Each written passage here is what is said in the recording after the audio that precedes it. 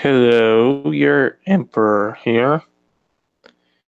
So today, I am in this stream alone for a bit because Ali had to take care of something. So until then, we're gonna try and find things to entertain ourselves with because I failed to procure any articles because I didn't get any. So, yeah.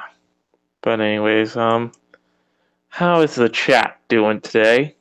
I don't think there's anyone in there yet, but that could change in relative short time. Oh, hey Carissa, how are you?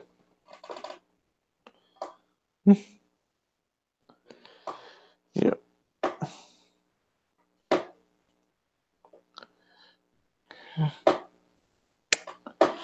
So, anyways, what's something that's been on my mind lately? You're in here. Okay. Well, good to know. Good to know.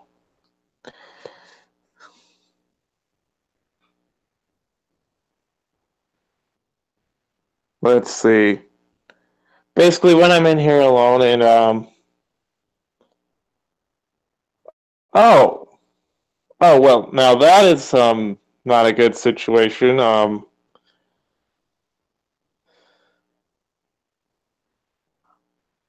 Do you want to come on here and like explain the full story by any chance, or?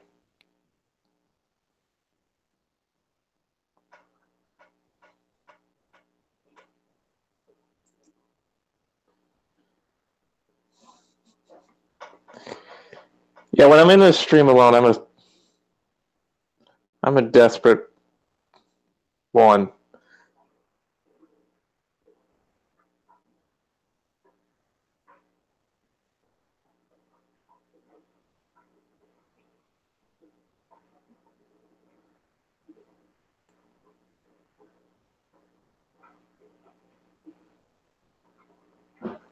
Hell no, I said shit. Okay.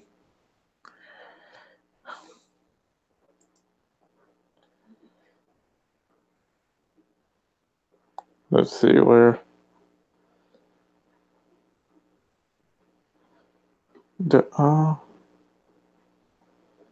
Okay, one moment. I need to sort through my DMs because I got a crap ton of them.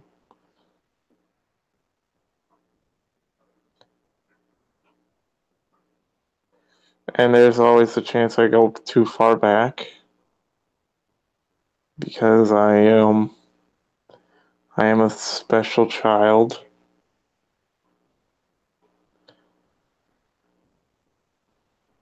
Okay, slow.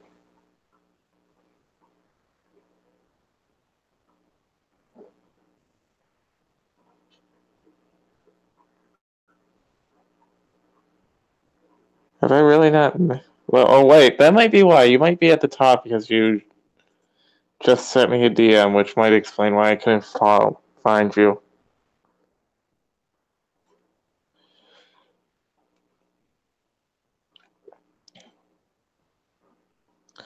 Okay, I'm sending you the link, Rissa. You use whatever tech you have to get on.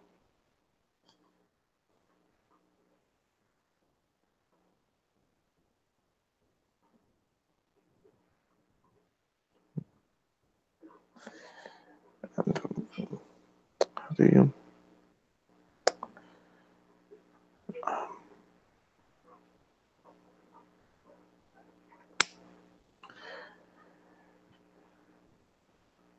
Okay, trying to remember.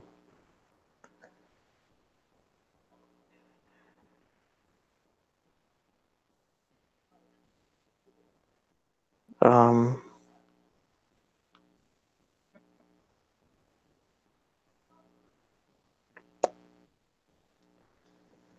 Okay. Fudge nugget. Yeah, I got one of those chairs with wheels, and one of the things that sometimes happens is I actually roll onto the cord of my headphone cord. So that means I'm kind of limited at the moment where I can move to.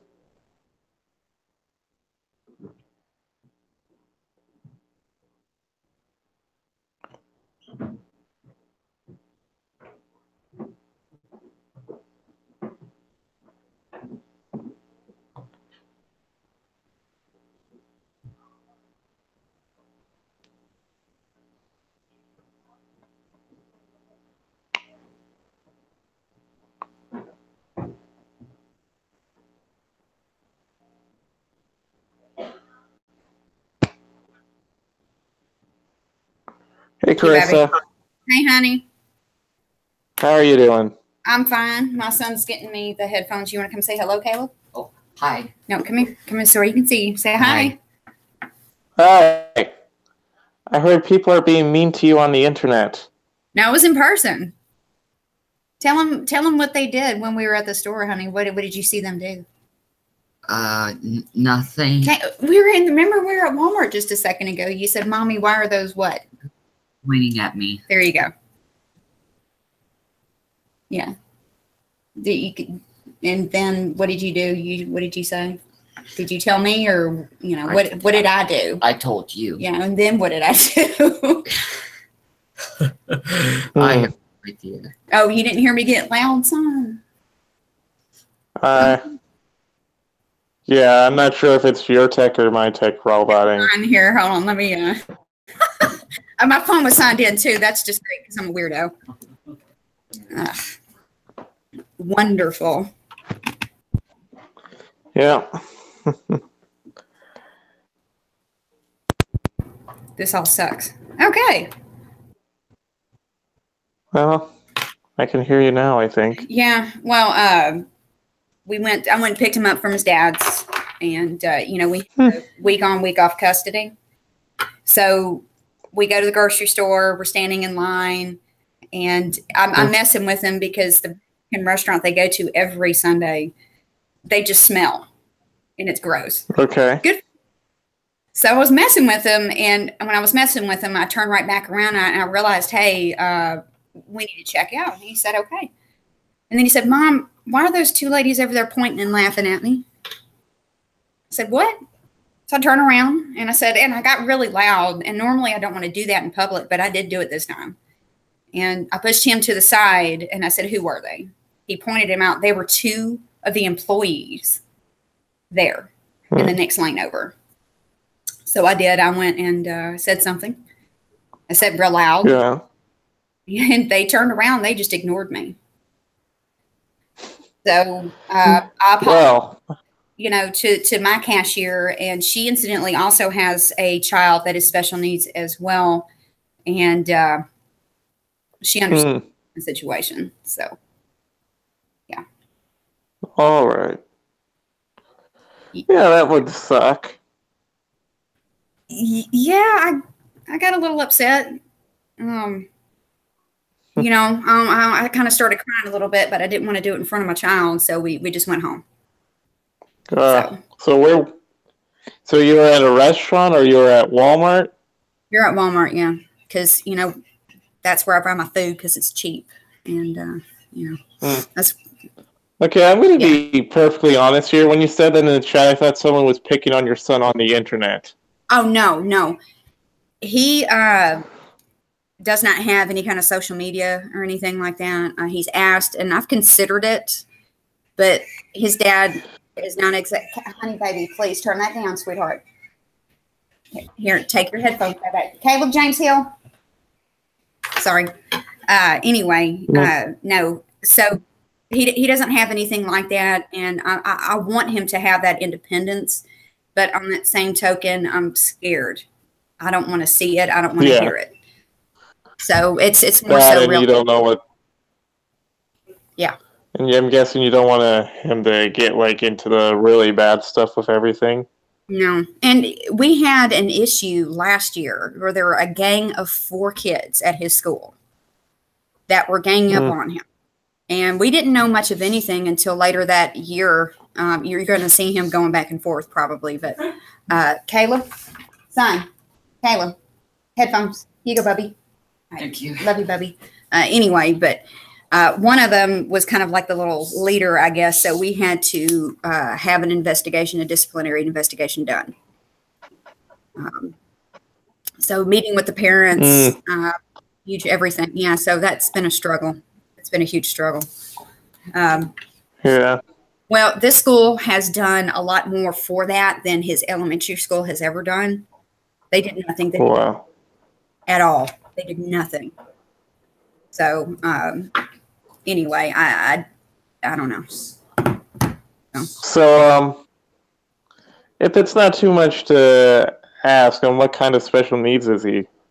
He is moderate to high functioning autistic, Asperger's. Yeah, I have a form of autism too, is what I've been told by my mom and doctor.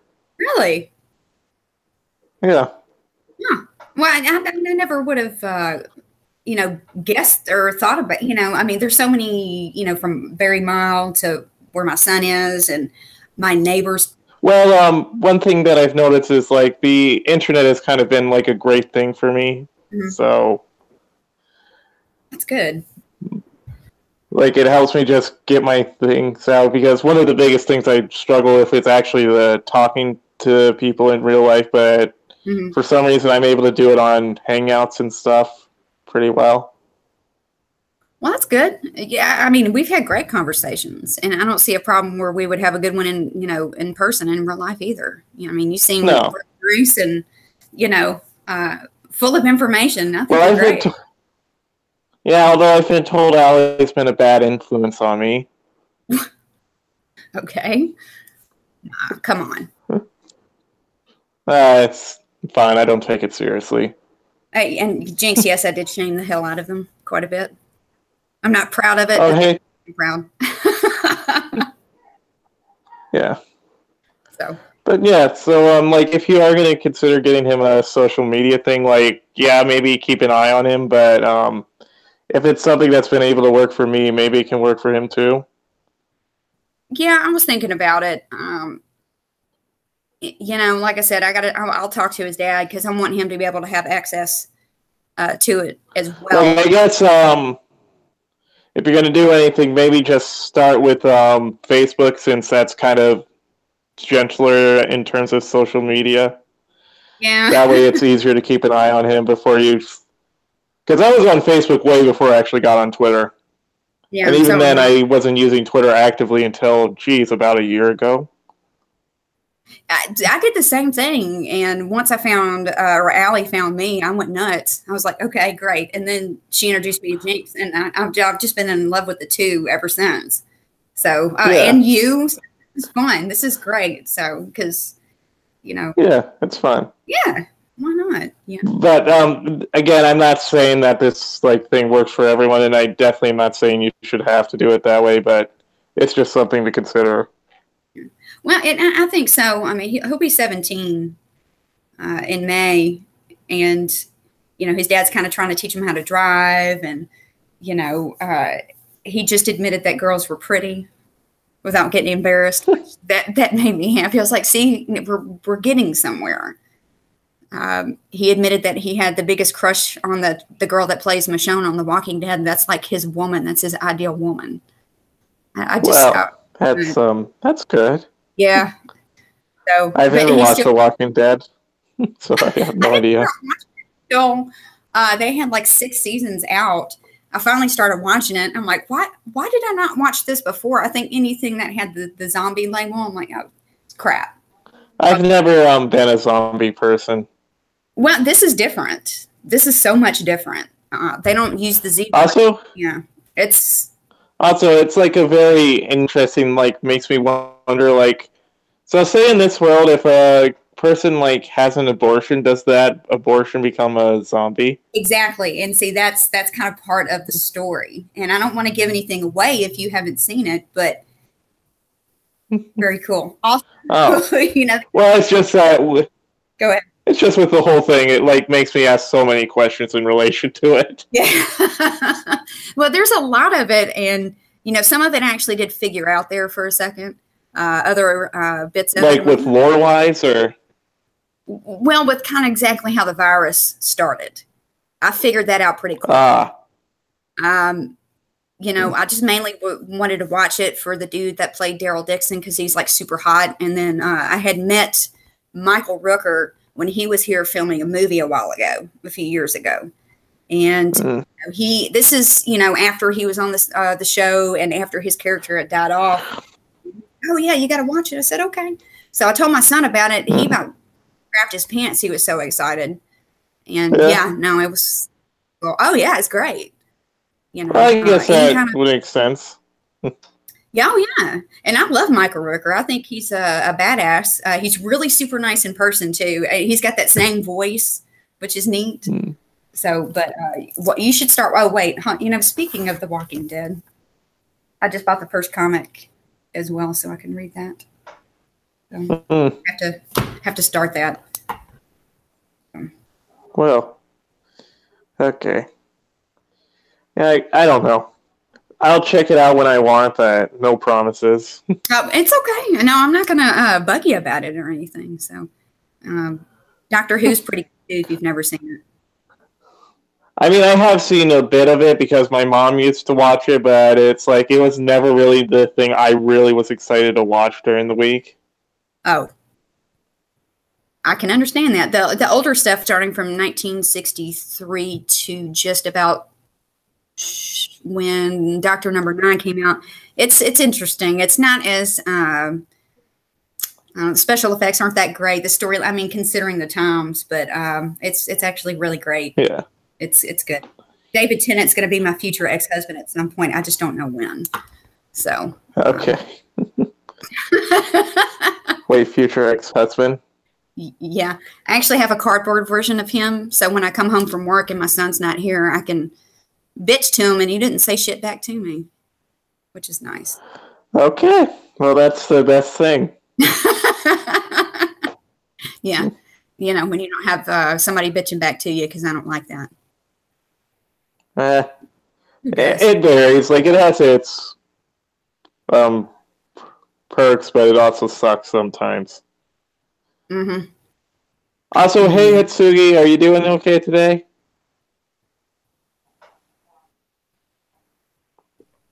Cool.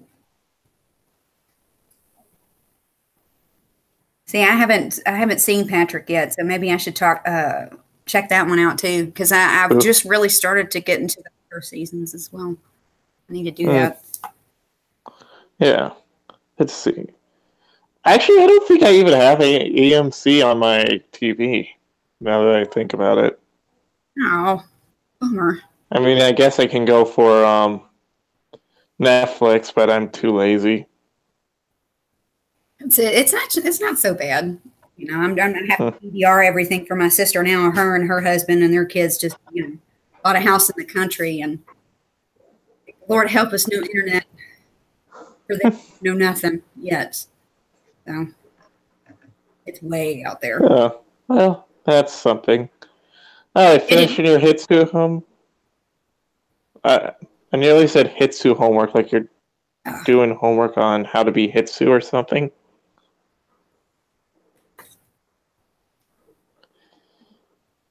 Invasion, Tomb of the Cybermen and Ice Warriors is awesome. Yeah. Well, the whole Cybermen storyline is one of my favorites. I have Cybermen socks.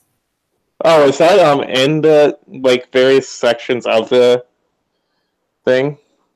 Oh yeah, there's different. One of my favorite. Well, I guess you would say that the Doctor's greatest enemy is the Daleks. Those are interesting. Yes, but you have different storylines with each one of these, and they all kind of coalesce and come together. It's really neat. So the Daleks are very interesting looking creatures as well. So great. Okay, so anyways, I'm sorry. I like talking about that, but I don't know if I have enough to add on to it. And so other than all the... Anything else interesting happened with you? With me? Let's see. Yeah. Well, we did have the Mardi Gras parades here last couple of weekends, and that was hell on earth. It was fun, I guess, there for a little bit, but it didn't rain quite a bit. We had probably about 500,000 people at our first parade, the Crew of Centaur. So if you're ever down here, in February, you need to come. It's a cute piss fest that you will never forget. It's wonderful. Everybody has to get everything out before Lent. So they will do anything and everything to have fun. We're camping out there 2 days ahead of time. There's a lottery just to get spots, food, music, alcohol, you name it. It's and every policeman in Shreveport, Bossier City is out there too, kind of patrolling the area, making sure there's nobody doing drugs or 13-year-olds drinking, that kind of thing. So that. Nothing with you. Just looking at Twitter. Yeah, nothing else, honestly, with me. I'm kind of boring, honey. I mean, I don't have anything interesting. I don't have any. Oh, nothing with you. It's just me trying to hope I can find something interesting to talk about. Oh, well, nice chatting Rather, with you what- too. Oh, wow. See, I got my phone open too to see if I could see anything. That's pretty cool. Yeah. Oh, you have fun, Hitsugi.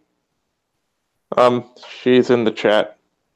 Awesome. It was nice speaking with y'all. Fun. It was nice making new friends. Let's see. All right, so you see, this is why I usually try to like find like articles to talk about before the stream starts, but I kind of failed at that today. It's okay. Just do it on the fly. Sometimes it can be a little fun that way. I mean, you usually prepare for every single one of them, huh?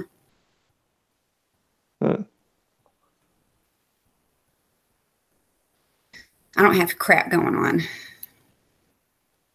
Really. Yeah. Unless you Yeah, there's this been collection behind me. That's actually pretty cool. Your what? Oh, I have a limited edition Han Solo blaster right behind me. Oh. Yeah, that's cool. I mean, I've only seen one Star Wars movie in my life. Oh my god. Okay. I forgive you, honey. It's okay. I'm a nerd, and I have to see every single Star Wars movie that ever comes out, and I try to stay away from any of the reviews because they hurt my feelings and they piss me off. So. Do the fan theories like here's the thing, I haven't seen the show, the movies, but I have seen various things surrounding it, so it's not like I'm a pure Star Wars virgin or whatever. Well, we grew up on that kind of stuff. My dad, introduced us to that. Full Metal Jacket, Predator, Terminator, all of that. You know, when Terminator came out, I think I was like 4 or 5 years old. So by the time I was 8, I had already seen it like 1,000 times. But Star Wars was the big thing in our family. So we got to watch all that. Growing up, that was kind of like our family bonding moment. It was great. So once they started coming out with all the new ones, 1, 2, and 3, I got excited. My sister and I both held our breath whenever Revenge of the Sith was on, and you heard Darth Vader officially take his first breath as Darth Vader. I mean, that was great. And then you have the last. That was the worst I have ever seen. That's what I've heard. It was terrible. I've heard so many different opinions on it. It was awful. I hated everything about it. It was disgusting. It was too many jokes. They tried too hard. The whole feminism thing came so forward with it.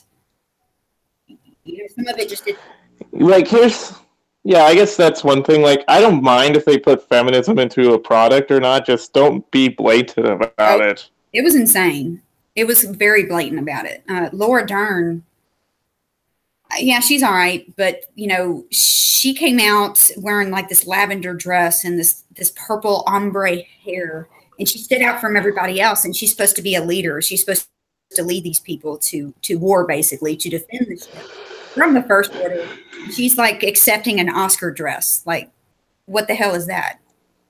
She did redeem. She killed herself. She saved the whole ship basically at the end. I probably shouldn't give that away. It's been out enough. Everybody probably knows already. It sucked. So, it was terrible. So overall, curious question: did you like the prequels more or less than the new thing they're doing? I liked them a lot more. The first one, it was different. You kind of have to get used to something like that. It's a little bit of a different storyline. Used to something a little bit older, but I actually like them. Attack of the Clones is okay. The whole Jar Jar Binks thing, you got to have something to hate. That was okay. Yeah. The kid, me, he seemed a little bit too rehearsed, but overall, yes, I like them a lot better than the ones that they're doing now. And I guess since we're on Star Wars, I guess I can also ask you, what was your thoughts on Rogue One? That, pardon my French, was fucking amazing. Everything about it was wonderful. I held my breath throughout the whole movie. It was fantastic. The whole storyline was great. Everything flowed together wonderfully, and it really did explain how they got the plans and what happened at the end of that going into episode 4. That was perfect. Yeah. Although something that I've heard said is, are you familiar with the show on Star Wars Rebel? I have not seen any of that, and so that's one thing I cannot speak on at all. Oh, well, one thing I've heard said is it did a better job overall with the whole Star Wars thing than Rogue One, is one thing I've heard about it. Yeah, and I do need to actually look into all of that, and that's one thing. Me being despite them being cartoons, both that and the Clone Wars were not terrible things to watch. No, but there's so much other if you can stuff. If you can get used to the CGI, it's good. Oh, yeah. CGI with all of that, and then getting, looking back from, 1977 to 1983 when the first, 3 originals came out, it's cute, but, it's throwback. It's what you're familiar with. It's what you grew up with. That's one thing. Yeah. But, kind of picking everything apart and trying to change storylines with everything will piss a lot of people off. And it did. Yeah, that's not what the Clone Wars did, from what I remember. Like, if I remember right, they did have little arcs, and it kind of thing is, if you've seen anything with Star Wars, you know where it's going, but it's fun to see how they're getting there. Right. Yeah. Yeah, it's all right. I can't complain. I mean, I liked the whole thing. It's just now that they have, the Han Solo movie coming out, I'm scared of what they're going to do now after what I just saw. Of course, I'm going to buy it. Especially since they're going to have a female droids now. I'm still unsure how that's going to work. Shit. Why can't they just... I mean, I thought that they were genderless. I thought they would be perfect. That's exactly how I took it. And... Okay. I kind of figured that's basically where everything wanted certain people wanted it to be. It's like, okay, let's be genderless and let's not put gender into it. And let's, penises and vaginas, they don't belong on robots, which they don't. Well, depending if you're buying a sex robot, but fuck, just leave it alone. Yeah. Leave it be. Damn. Well, let's be honest. I bet someone uses CPR, R2-D2 or C-3PO as sex robots. I don't doubt it, and that's fine. You do what you want, but just don't put it in the movie. I don't want to see robot penis or tits or something. Yeah, I'm still unsure how they're going to do that. Make it clear that it's female. Female voices, I guess. I mean, but I don't know. It's just a confusing. Are they going to just program Siri to do everything? Yes. I'm going to say yes on that. Yeah. Oh. I've figured out I'm kind of a strange person. I've not seen much from Star Wars, but I can have detailed chats about it. You know enough about it, I mean, we're definitely having a nice Star Wars conversation. So I appreciate it. Thank you. Yeah. I don't hate Star Wars. Let me be clear on that. Oh, I never got that from you. So. Yeah. Good. It's just that it's never on at a time when I'm able to watch it, Mm-hmm. Well. And I don't have the DVDs. Watch it. Tell me what you think. And then, we can have an even more detailed discussion later on. Well, I think I'm having an interest, enough of a detailed conversation. Once again, most of my experience has been either through the cartoons or that Family Guy parody thing they did of Star Wars. Or that was hilarious. That was funny. Yeah, it was. But So, I guess something else that came to mind is did you hear that The Last Jedi actually performed worse than any other Star Wars movie in terms of financial? Nope. Doesn't surprise me at all. A friend of mine. Here's the thing: I'm not sure if it's the people in charge of Star Wars that are doing it, or if it's Disney themselves that's forcing it. I don't know. I know everybody was getting a little upset that J.J. Abrams did a lot of it with, Star Wars, and then, when he did Star Trek and then was doing Star Wars, which didn't have a problem. I wouldn't either. It didn't, because I'm a huge Star Trek fan too, and I think what he did was great. That's a different story within itself, but who was it? Ryan Johnson? This was awful. It broke my heart. And for the first time ever, I actually spoke out loud in a theater. And my sister got mad at me. She almost punched me, but I did. And she's like, shut the fuck up. And I'm like, I'm sorry, I'm mad. But when we left, we kind of discussed it. It was Christmas Eve, as a matter of fact. So it kind of killed my Christmas spirit there for a bit. But a friend of mine went and saw it 2 days in a row. And he said he loved it. And I'm like, dude, really? All right, then. Yeah. Like I said, it seems to have mixed reactions with everyone. Yeah. Most of the people... Like, from what I've gathered, people who didn't really care for The Force Awakens seem to like The Last Jedi more, and people who didn't care for The Last Jedi seem to like The Force Awakens more. Yeah, no, that's my case as well. I definitely liked The Force Awakens more. I mean, I liked it. It wasn't that great, but I liked it. This was dog shit. Yeah. You okay, son? But anyways. Okay. Take it to the kitchen if you're done eating, honey. Thanks, bud. Still trying to do the son, please take your plate back to the kitchen after you're done eating thing. So he's getting good at it. I'm very proud of him. That's good. Yeah, now he just needs to make his bed. I actually wasn't that good at it at first, but I got a handle on it. Congratulations. I'm very proud of you. You're awesome. See, there you go. You know what to do. This is another reason why we get along. Yep. Yeah. Well, he's doing it, so I'm proud of him. Okay, yeah, son, you okay? If you can hear him, he's doing his thing. That's another part of it. Oh, that's fine. Yeah, I guess you could call it stemming, but he'll kind of pace back and forth, and he'll talk to himself. And for the first time ever, he actually explained to me why he does this. So I was excited about that. He gave me a little leeway of what was. Sorry, I'm getting a little emotional. He said that's fine. It helps him calm down when he does that. He said, "Mom, just let me do that for about another 10 minutes, and I will be okay." I said, okay. That. Exactly what he did. Yeah. Yeah. That's good. Yeah, he's all right. I think I'll keep him. So, anyway. Yeah. Let's see.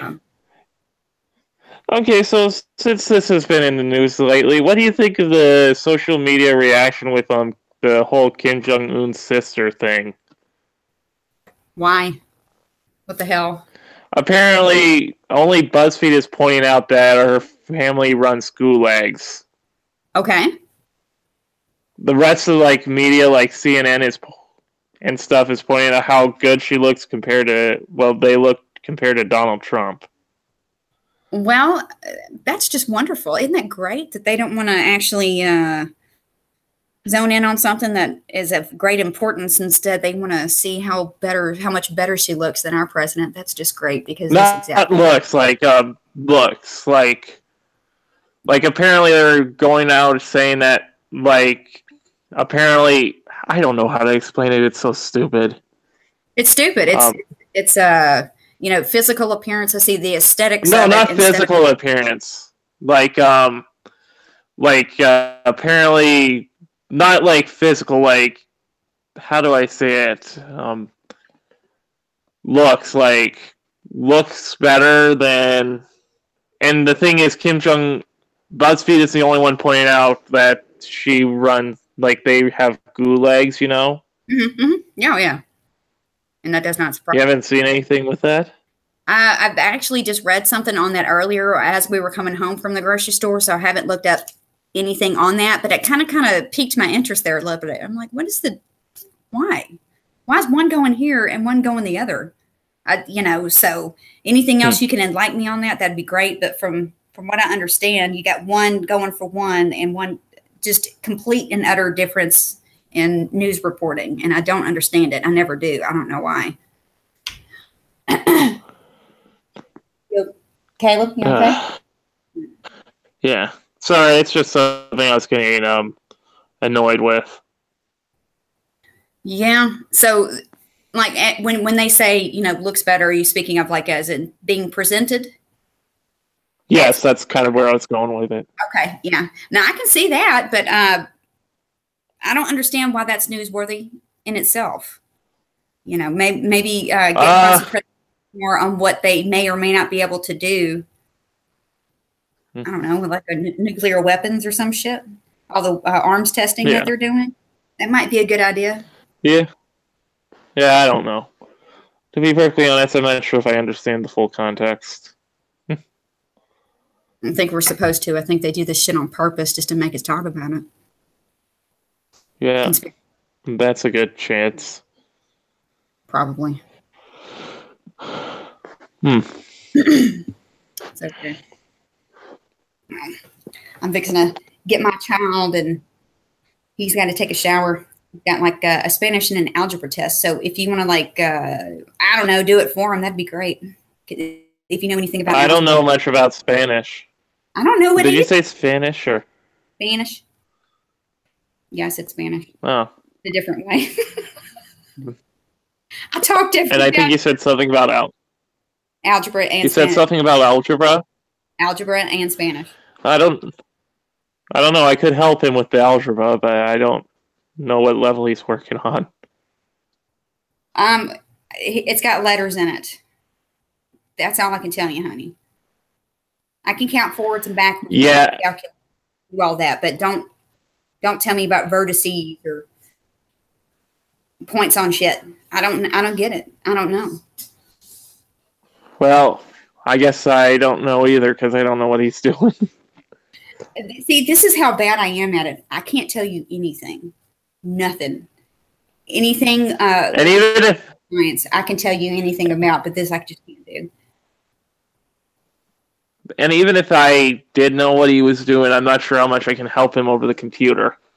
I know. I just wanted an excuse for me not to do it. I don't like doing it because it makes me nervous. So, trying to push it off on somebody else. Hey, I'm your friend. I'm sorry. That's fine. Could do a lot worse. It's cool. Anyway. Well, I can say something about local government if you want to hear anything about that. Depends. Like your local government or mine? Mine. It's not that great. Oh, if you hear something else, my downstairs neighbor's talking again really loud. So please forgive me if you can hear that too. So, okay. My living situation is not the best. So. I got people living below me and above me now, so I get it. Aw. You're just getting it from both ends. I'm sorry. So we can just do what I do. I just start playing metal at 4 o'clock in the morning, and that seems to shut them up. Yeah. Oh, yeah. I guess that's an option. Yeah, and I love the guy to death. He's great, but he's kind of morbidly obese with heart problems. So all he has is his TV and his phone and the internets. So he's on the phone all the time, talking really loud.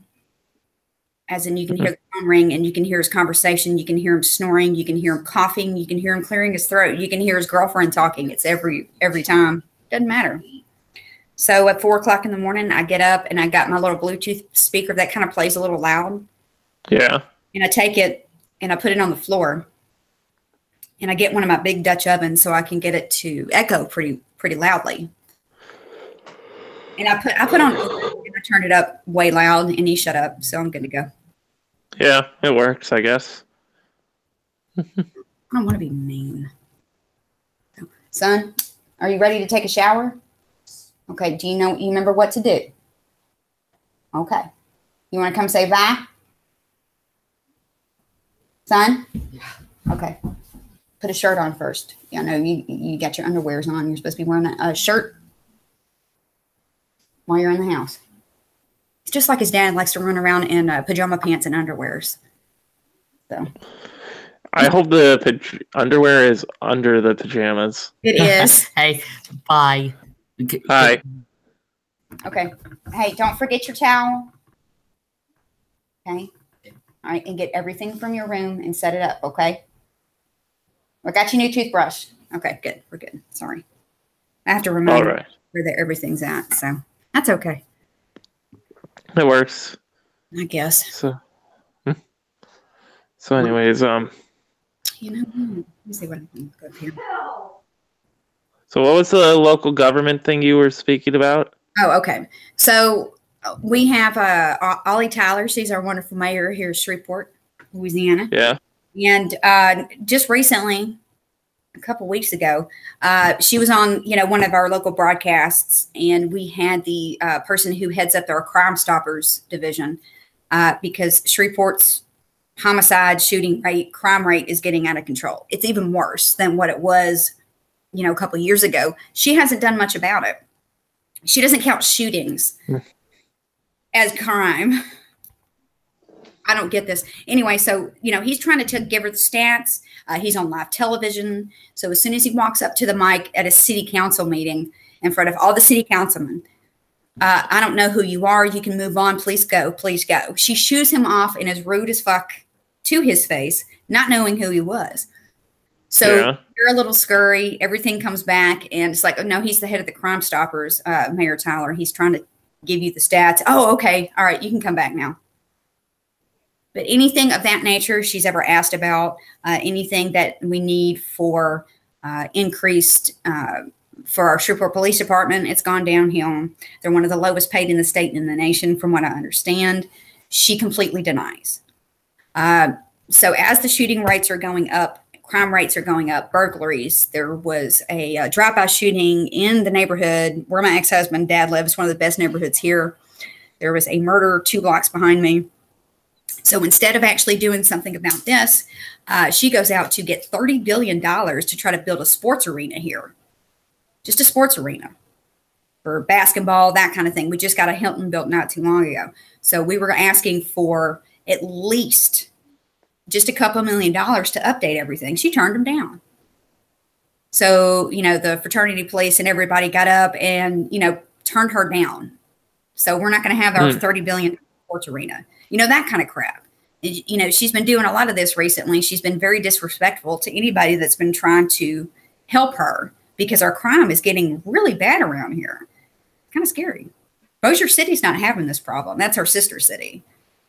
And that's where I might move once my son goes to high school. It's pretty fucking bad around here. So we have a bitch mayor. Yeah. Yeah, that's pretty much it. Yeah. Of course, this is Okay, I'm wondering if I would have a better understanding if I actually lived there or not. Well, it sucks. Let's just put it that way. Basic little city problem. Okay. Nothing, too big. But you're more than welcome to visit. Ah. It's not that great. It's kind of boring. Oh, I'd love to visit. We've got really damn good food around here. Yeah, it's kind of the same here. Live in a small town. Like, biggest thing is probably going to the library or a restaurant. Well, we do have a lot of festivals too. So if you do come and visit, you're going to have a lot of fun with that. Our Mudbug Festival's coming up. So have you ever had crawfish? Crawfish? Yeah. I don't think so. Oh, if you like any kind of spicy food, they're delicious. Yeah, so we have an entire festival weekend made up with that and beer. So if you like beer, you're going to like it. I don't drink alcohol. Oh, I don't do it very much either. Good for you. Yeah. Yay. Yay. Yep. All right, honey. Currently, So, what? is there What's? anything else you want to tell me about, talk about? Because unless you want to wash my dishes for me. I don't know. I don't have psychic abilities or a C3PO robot I could control over there. So Well, you can't send a female droid over here somehow? I guess. yeah, there is one there already. Thanks. Awesome. My 2 hands. Wait, I could get my son to do it. No, wait, no, I can't. He doesn't know how to load the dishwasher like I like it. Oh, so what? Does he do it in a way where nothing gets dry, or does he do it in a way where nothing gets clean? Oh, no, he's starting to really understand my system of everything. You put it in a certain place. It needs to stay in that certain spot. Please don't move the system because this is the way I like it, OCT type of loading. And I'm really bad at letting somebody else do it. Nobody folds my clothes. Don't fold my towels. Yeah. Well, that's probably good. You wouldn't want someone else folding your underwear. No. Oh, no. That's definitely not the case. He does that himself, you know, with his own stuff. I just want to make that clear because he's got his chores and responsibilities. But when it comes to stuff like that, I don't know. It's like personal. It's like, hey, you know, if you're dating somebody and, you know, you spend your first night together, it's like, how do you like your eggs? Let me make your eggs. That's personal. Or how do you drink your coffee? Yeah. Don't fold my towels ever. Do not load my dishwasher. Yeah, I wouldn't. So that's like my personal eggs and coffee story, I guess. You know, I don't know. Of course, there's hardly anybody over here anyway. Yeah. Well, there was last week when my son's not here. I'm private. I'm weird. So it's true. You know, actually it was called weird the other day, and I actually was I said thank you. Yeah. Yeah. Oh, and somebody told me I should shave my head today since my hair's so short. What the hell? Really? Yes. What, are they going to, go to your house and give you leukemia so you have a reason to shave it? And that's the thing is that in our customers, because, you know, I'm a waitress at a very popular diner. It's been there since 1944. And so we get really, really, really busy with breakfast, especially on Sunday after church. Once you praise Jesus, you need to eat. So they come and eat. And this couple's great. They're in their mid-50s. They just got engaged. So they're one of my regular customers. She said, Carissa, honey, you might as well shave your head. And I said, well, what do you mean? She said, well, it just keeps getting shorter and shorter. Just like the size, they're too short. And I said, I'm never going to shave my head. I just like it like this. Well, yeah. You've got a pretty face anyway. Yep. Yeah, no. Probably have pretty other things that I can't see right now. Oh, let's see. Can you see anything else here? See? Oh, I just got my hair did yesterday, man. You didn't tell me you look nice. What you talking about? Well, that's obligatory, but... I know. I was just messing with you. But basically, that's what she was doing. She noticed that I got my hair platinumed, grayed out, a little bit of lavender. I know you can't see it. And she told me I shave my head because it was too short on the sides. I like it because I can faux hawk it in the front and piss a lot of the old. I like it. So, can you see it now? Yeah, I see it.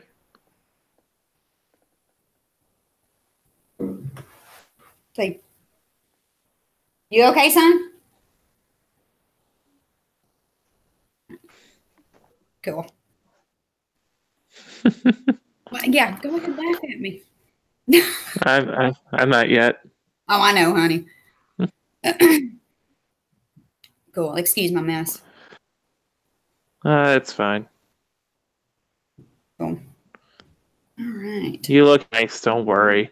Oh, thank you. I know, but when somebody no, I'm not that conceited. I promise. When somebody I wasn't thinking that. Oh, I know, honey.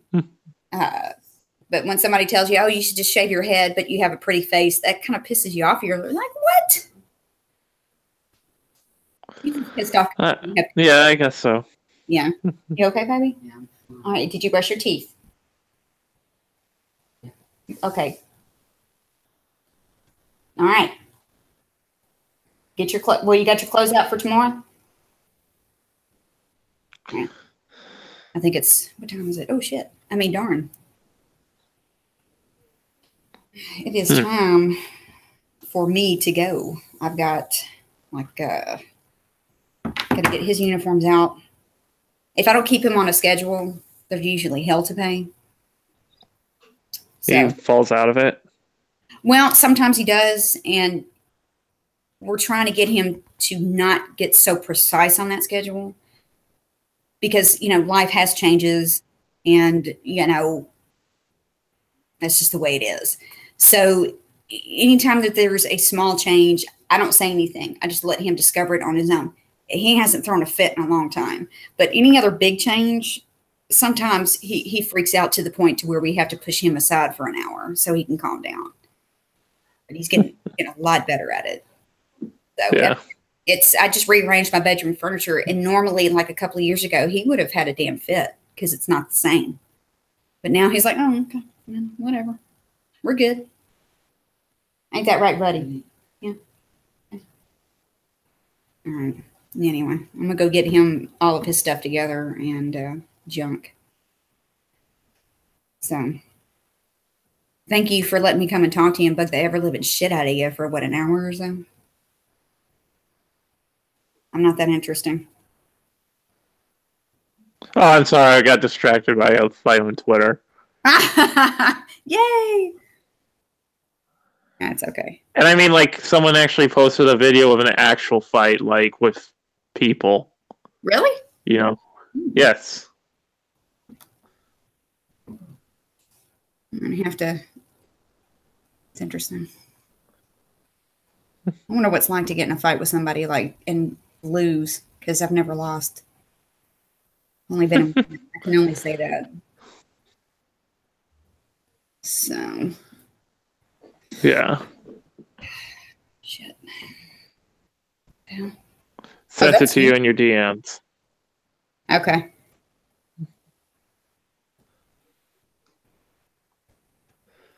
Whoa. What What the hell?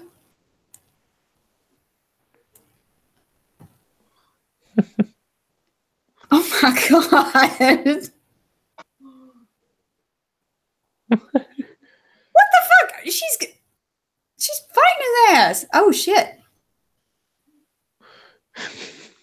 Oh my God.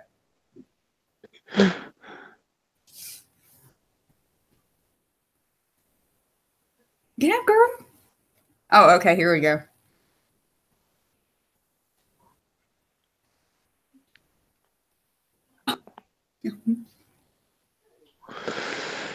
Well. That's lovely.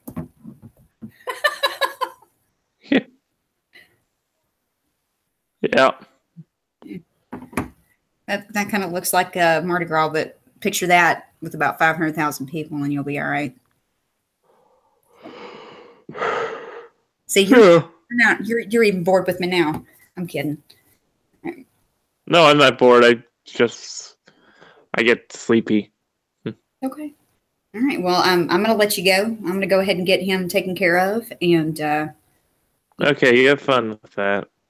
I will. I might. I think I need to start reading this because, I just bought this a couple of weeks ago. So, my very first comic book. So we'll see. Well, cool. Well, thank you for coming on for a bit. Hold on one sec. Hey, can you hold on 1 second? All right, hold on. Caleb, it's your daddy.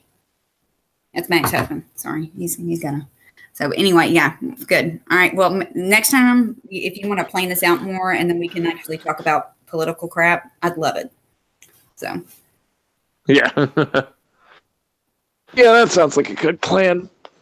But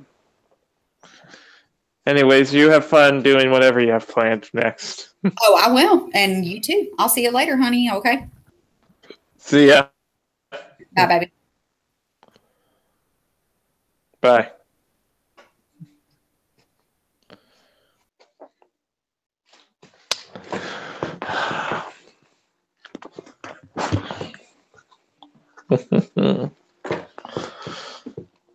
Well then there was just me.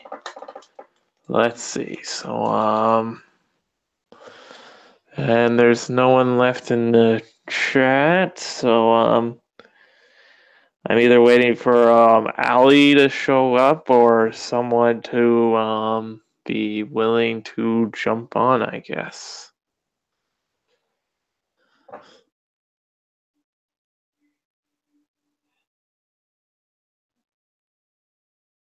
What a oh. Well, let's see what else has happened recently that I wanted to discuss.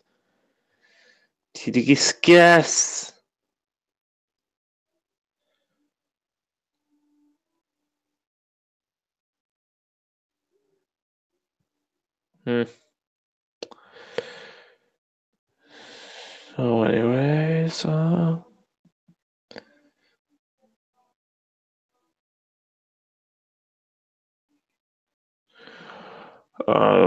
yeah, no one in the chat to chat with, so that's not an option. um,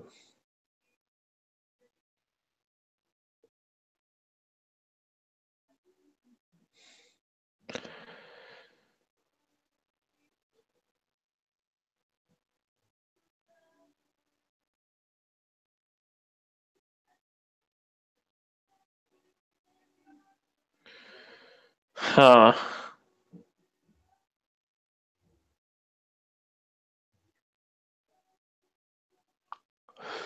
Yeah, basically right now, just looking at the Twitters, just seeing what there is. At least until Ali jumps in for a bit, or someone anyway does.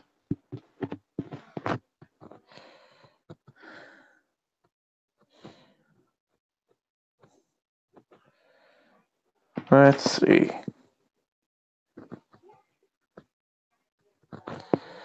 So there was some. You know what? I remember I did this back in the day when I was streaming on my own. Let's do a good old-fashioned Steam run, where we just look at Steam and see what they got. So let's use screen share, application window, we click on the Steam, and then there we go. So we got our Steam window up. So as let's see, where do we start? One moment. Let me make sure I have something where I can actually see the chat. So, as you can see, I've been playing a lot of Mountain Blade Warband, which is a really fun game that I have gotten really addicted to. Because I am pathetic in that aspect. Like, literally, if I get into a game, I will not be able to put it down for quite a while. But as you can see, I got a few games. Gosh. Oh, fine. Let's see, we got this one that I found recently, which is basically like a, how do I describe it? It's a World War I based, like, turn-based battle system game, strategy game sort of thing, because I don't know. I suck at explaining what things are. Huh. I haven't checked actually the what they've come out with mods for a while, so there's something to do.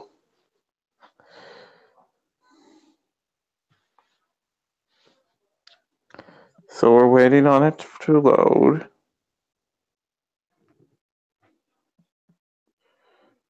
One moment.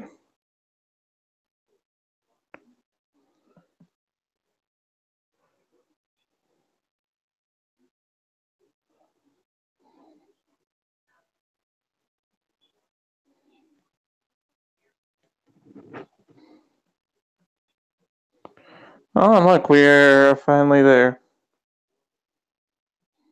One moment.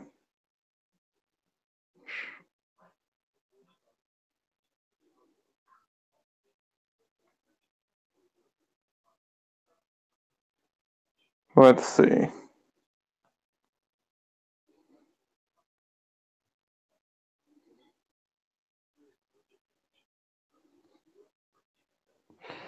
I'm just posting the link in places to see if I can't get anyone to come and watch.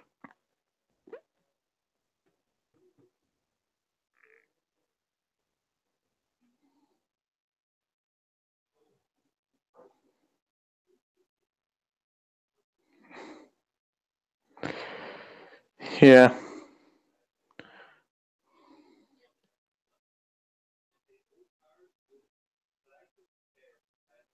Um, just one moment.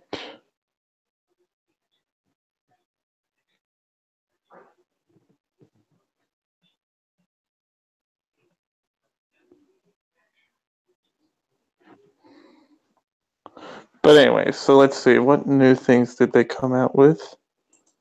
They got an OP Nation thing, which okay. Which they have a few of.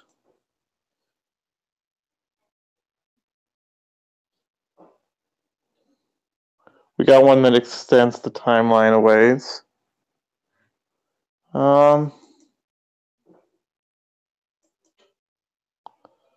We have the world after like the World War I would have ended. We got something based off the idea of what would happen if the Germans actually managed to win. I think this one is, from what I remember. Yeah, so that's that.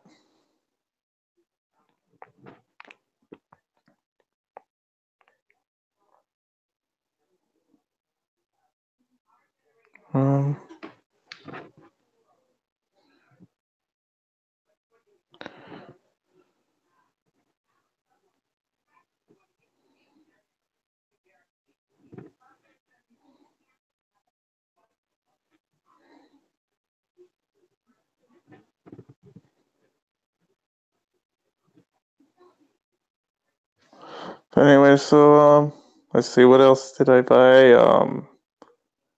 Yeah, I bought a few various games since I last did this. So let's go to the store page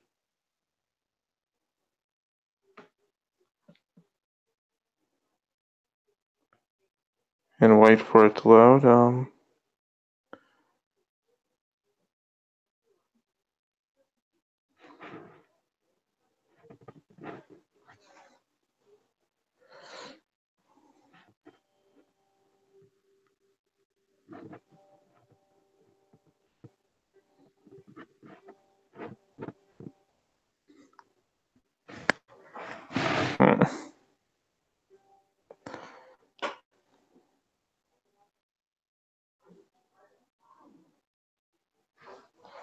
Okay, so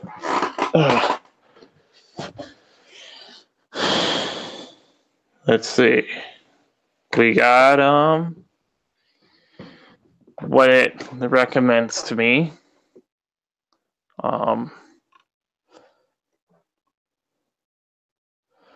no, that's just not that. This is like featured and recommended. What they choose is like recommended and vice versa. I don't know, but yeah.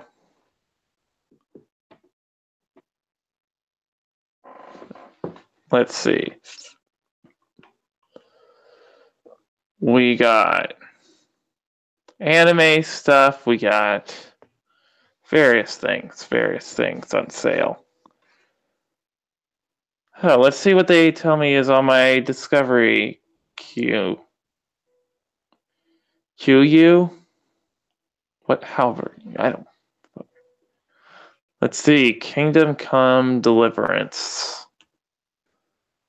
No, I was not born. Well, You know what? I streamed on my birthday before, so it's not too terrible of a thing to do, I guess. Let's see, we do that.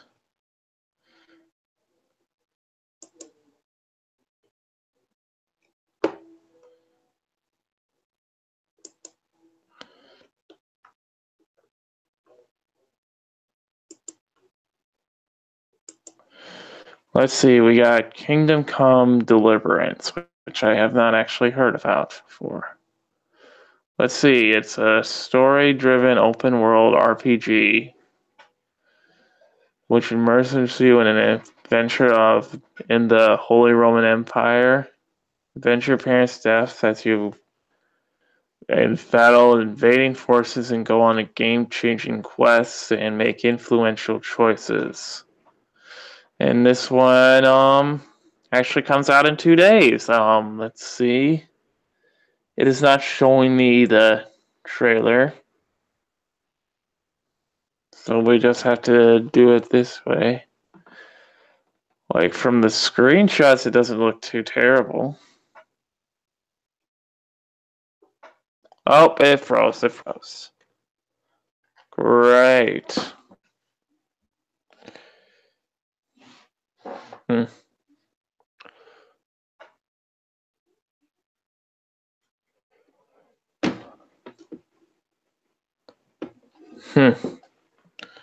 Well then.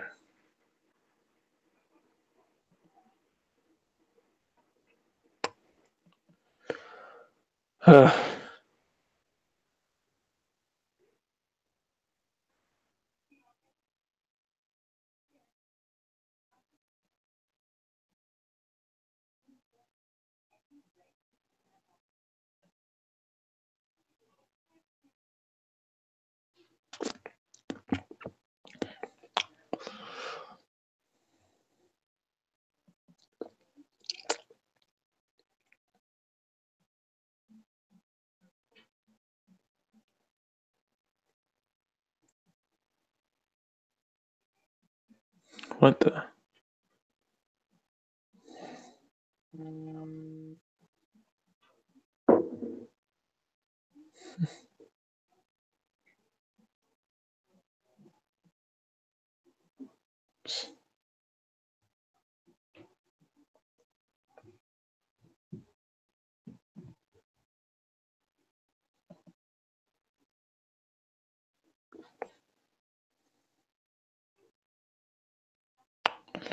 I saw something.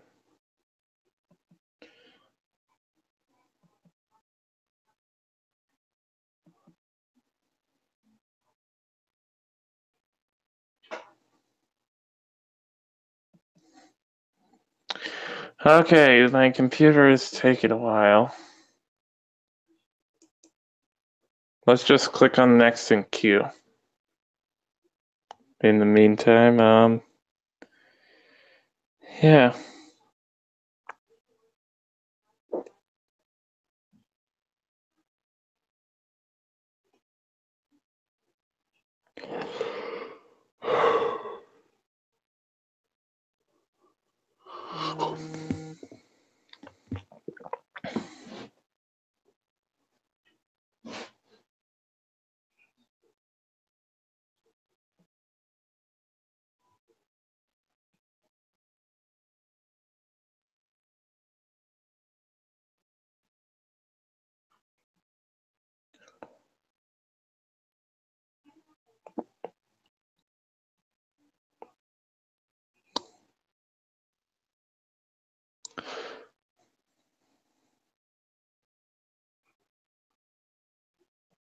Okay, I hate when this thing loads slow.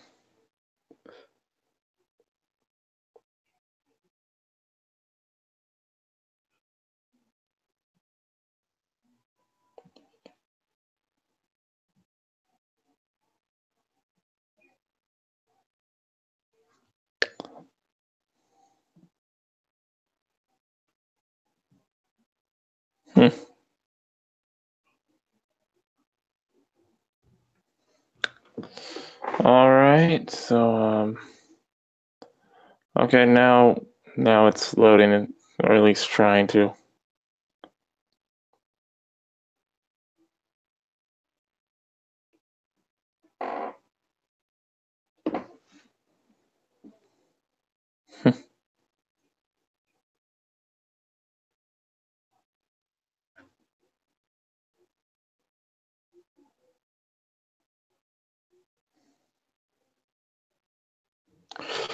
Yeah, I really don't have much to talk about right now.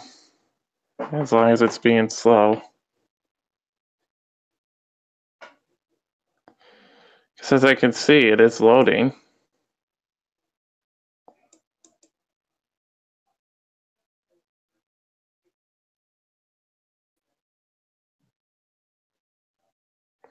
No, we're not. I guess we are not going to do the Steam thing then.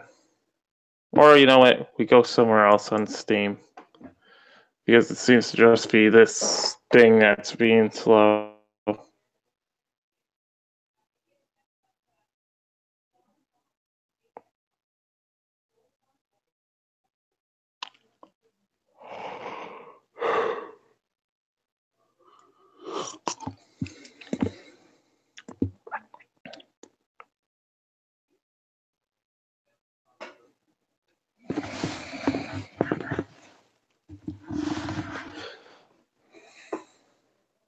Hmm.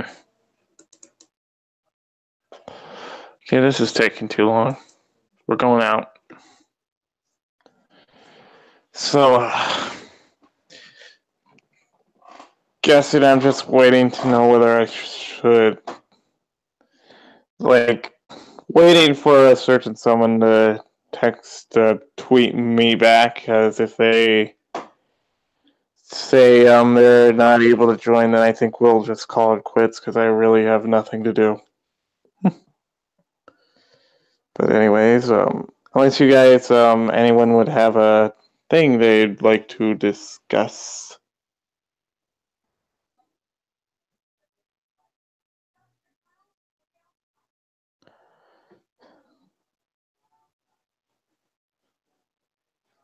Hmm.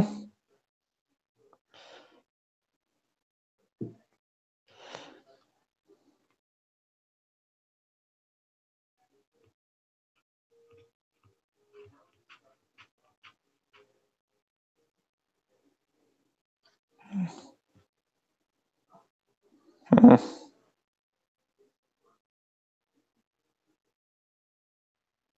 Let's see.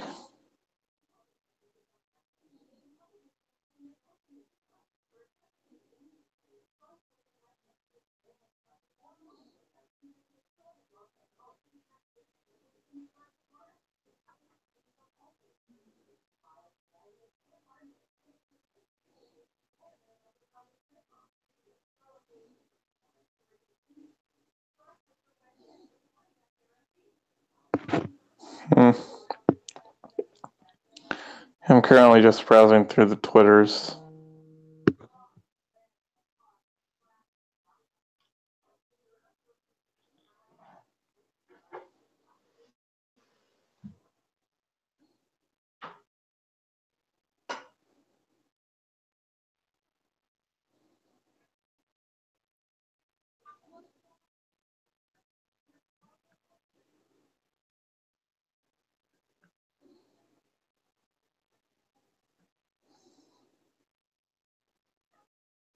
One moment.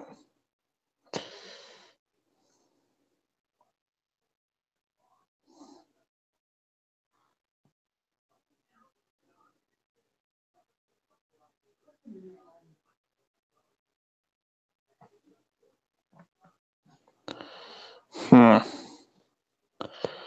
Yeah, sadly my co-host wasn't here. She had some family stuff to take care of. Otherwise, might be a little more interesting, you know. Oh, hi, Top Keck. Sorry, I just looked at the chat.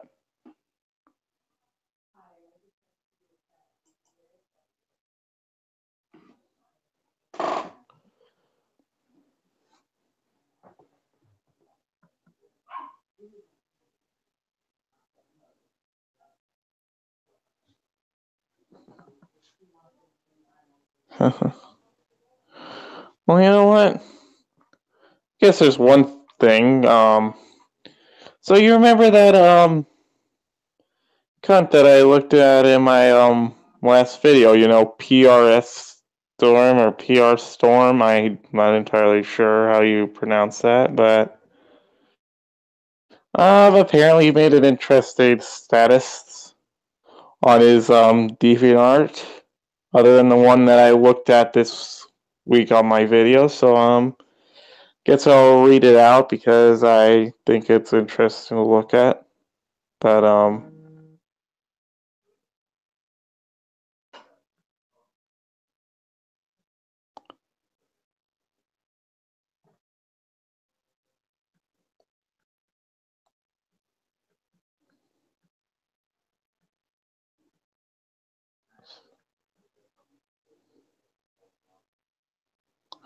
let's see. So he says, sorry for my last status. He claims to have deleted it, but I can still look and find it. In case you're wondering, this is the same guy who... And I'm doing this on my phone, that's why you can't see anything, otherwise I would screen share it at least. But this is someone who has said that he threatened self-harm on himself because he isn't getting attention. Because he is a tool.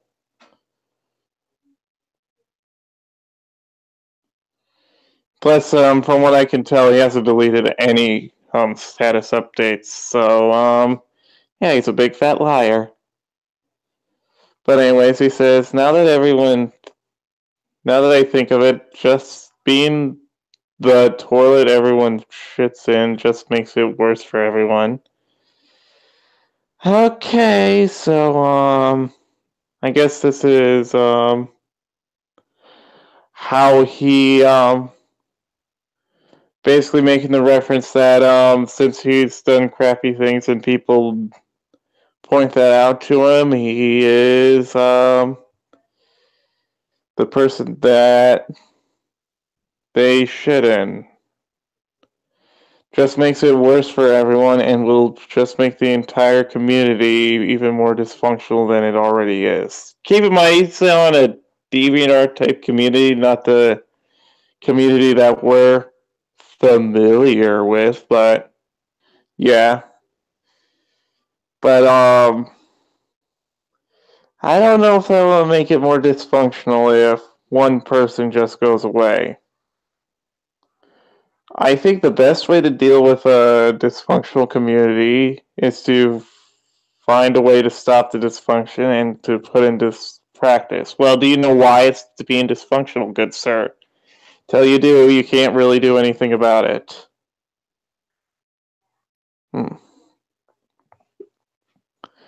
Let's see.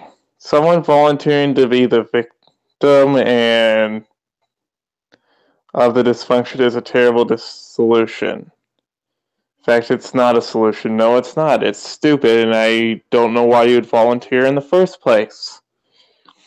Dipshit. The solution lies in taking action against the dysfunction, preventing it from boiling over and causing damage to the community. Judging from what you've already done, I think you've already done it, fucker. Yeah, if you can't tell, I don't care for this guy. And here's the thing, he was not called out for that because he was apparently depressed at the time for saying he was threatening self-harm if people weren't talking to him. You know, like that crazy ex-girlfriend you may or may not have. Never, I promise, never to consider such a stupid idea to keep the community stable. No one should be a victim of anything. No, but you know what? You did stupid stuff, so it's not like it was something you necessarily chose.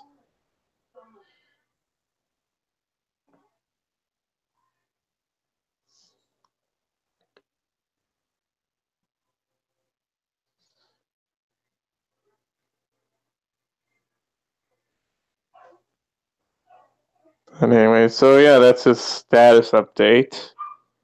Saw it today and thought, you know what, I'm gonna tear it a new one.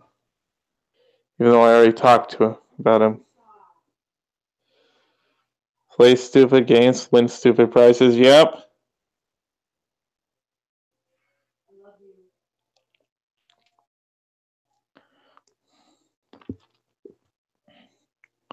But from what I gathered, he apparently said something that people took as him accusing someone of plagiarism, and it spiraled out of control from there. But even so, that still doesn't warrant you saying, "Talk to me because I'm feeling suicidal."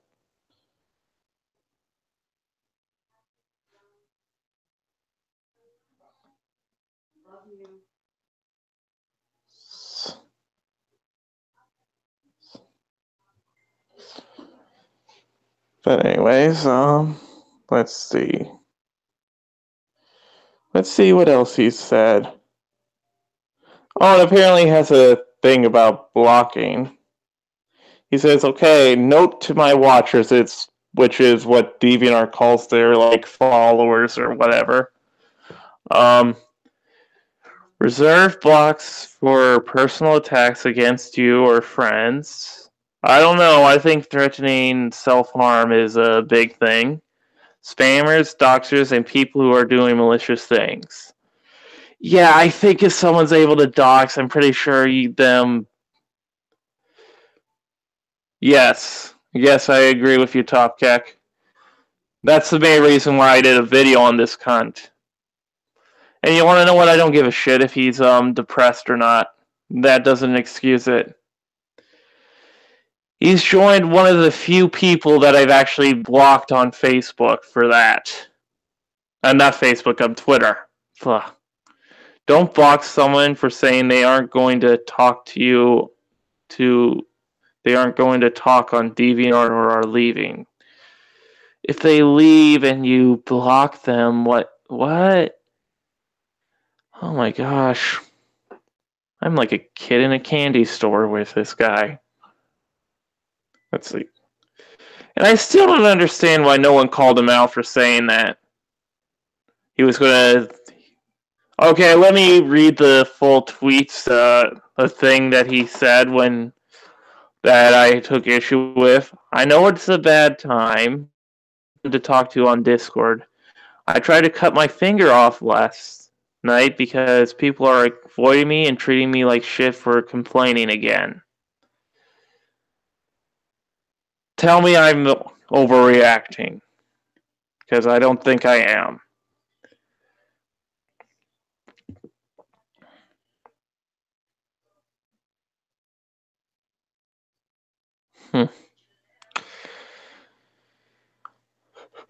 And I actually featured that in my last video if you want a better look at it. Let's see. But personally, I don't have an issue with people block. It's just that if they start blocking everyone for minor infractions, yeah, it's starting to be an issue. But in general, I don't think you're a bad person if you choose to block someone.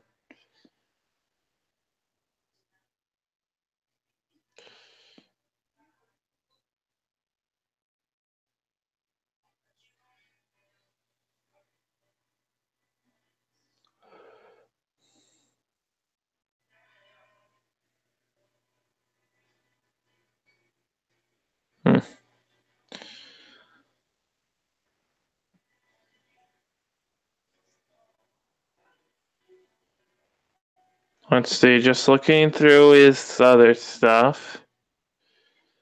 Because I can't really get much out of his journals.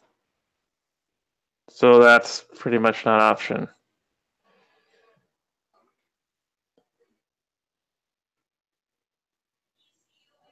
Yeah, that's fair, Cac. That's fair.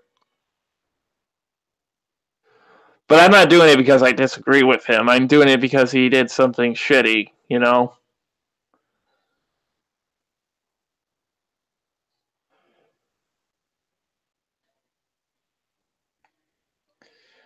Um,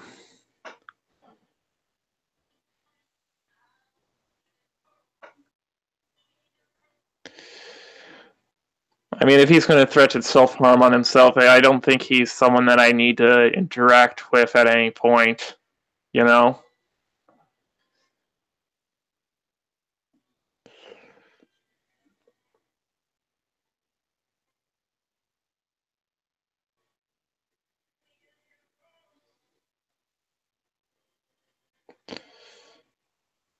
Let's see. So, oh, and apparently,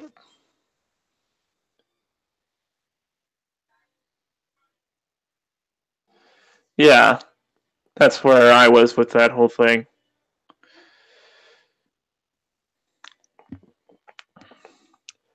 I do sometimes think people don't take like blocking as being a bad thing too seriously.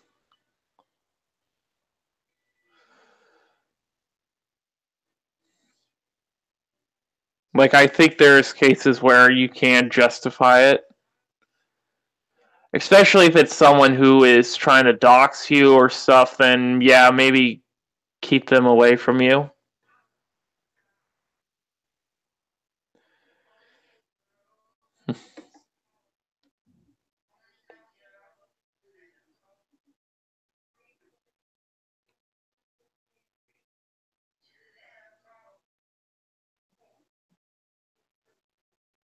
Let's see. So let's see. Who's someone else that I like to have fun with? Let's see.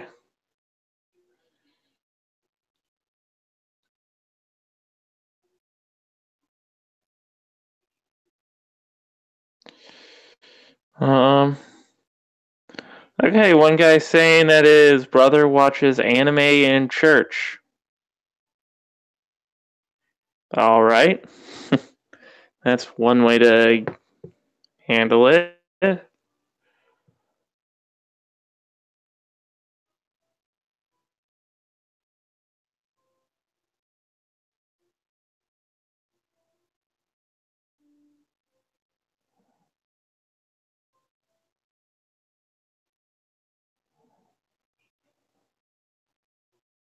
Okay, that's fair.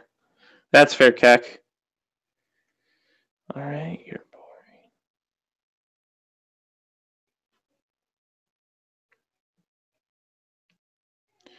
Well, not much else on the DeviantArts. Let's see. So, um,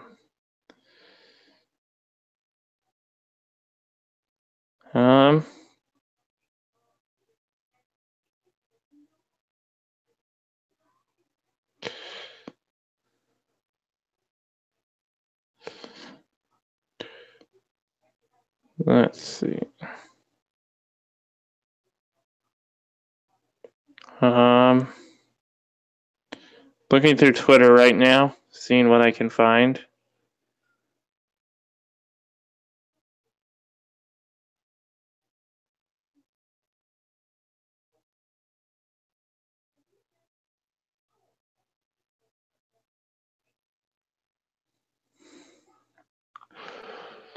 Let's see.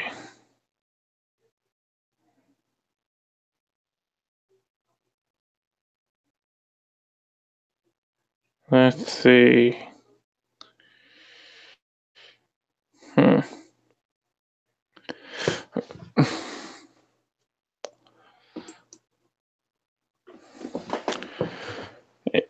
And I don't usually block people to begin with, Keck. It's just that, like, if you do enough stuff, yeah, you're not worth my time responding to.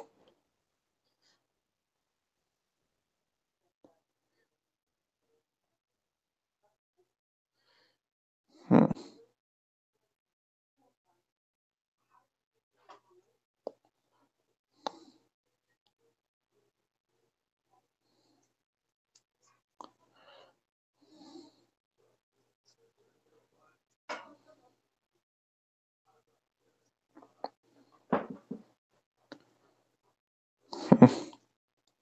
Yeah.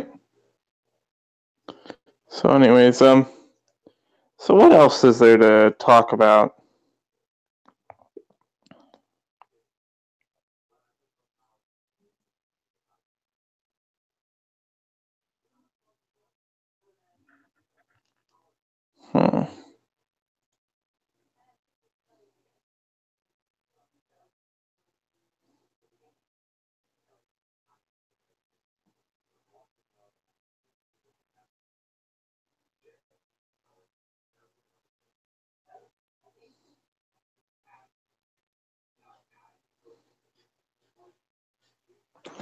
Let's see. No, I don't watch a lot of streams in the evenings. I mean, I've been getting irritated with some people.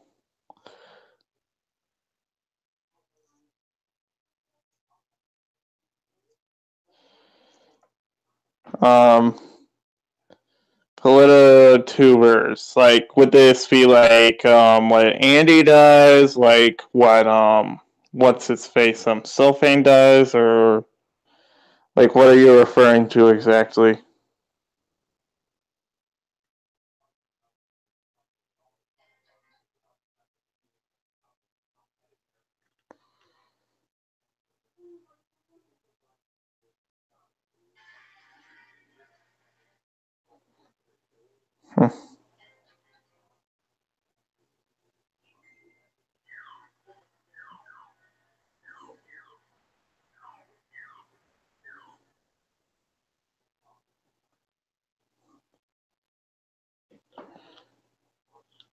Yeah, Andy's thing seems interesting.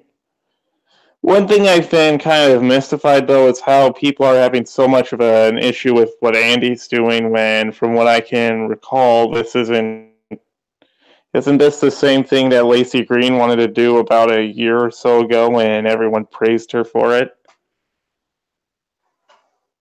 Like, from what I can see, it seems like there is a bit of a double standard going on.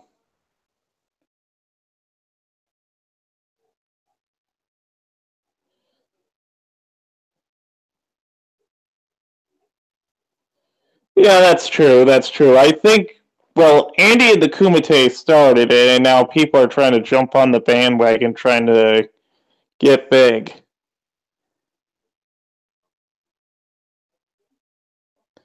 This is what's going to happen when you have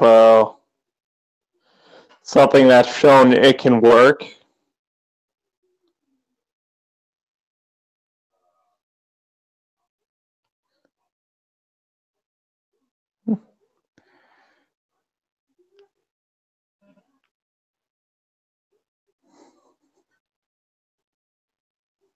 Let's see.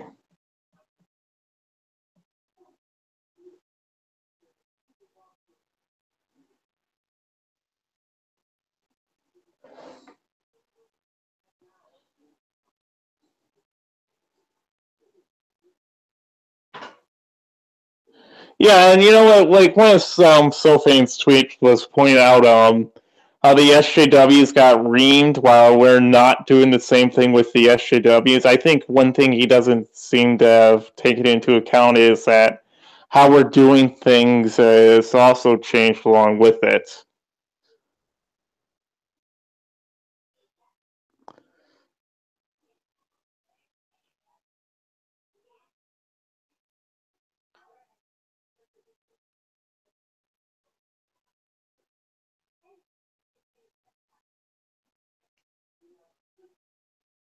Yeah.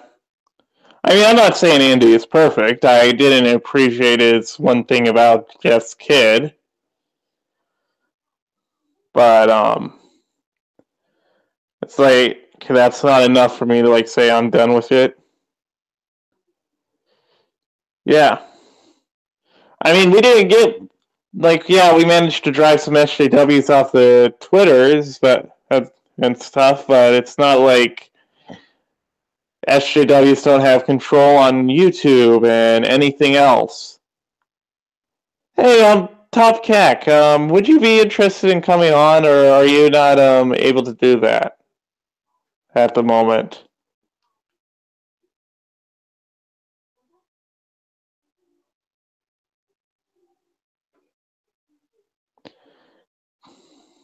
Might make it easier to actually communicate this.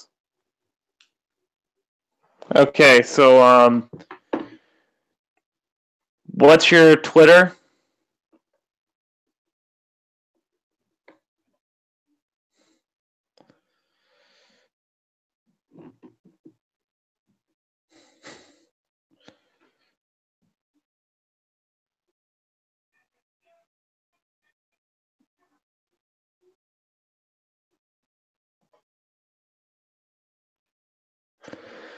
Drop Dead Dongs. Okay. One moment. I will try to find your Twitter.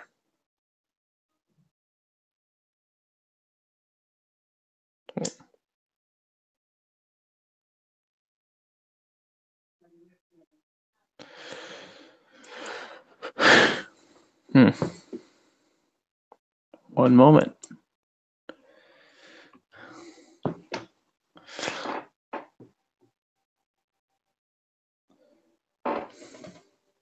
Well, one moment. Let's see.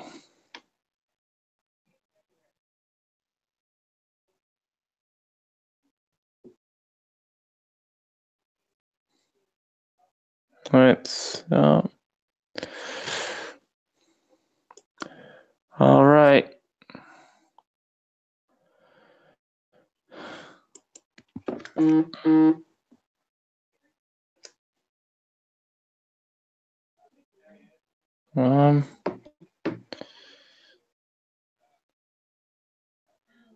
Oh. Well, that makes it easy. Okay, so one mo.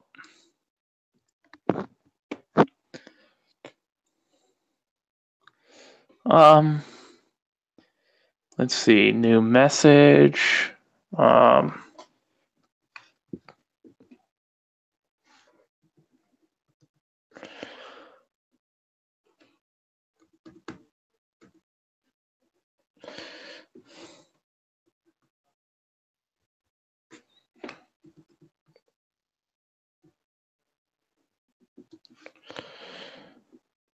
Okay.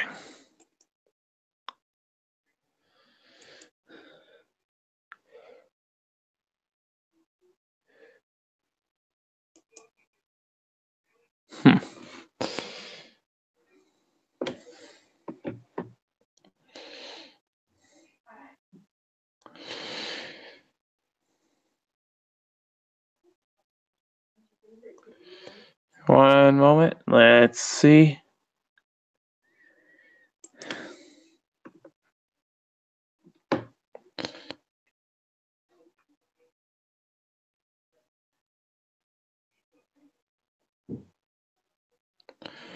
Okay, so.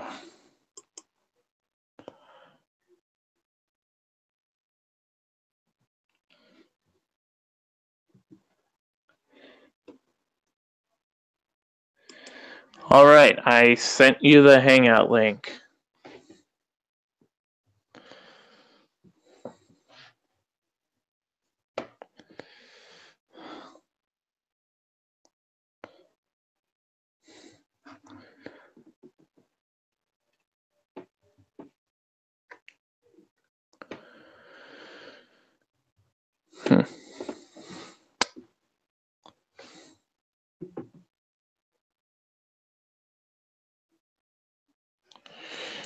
Let's see. So.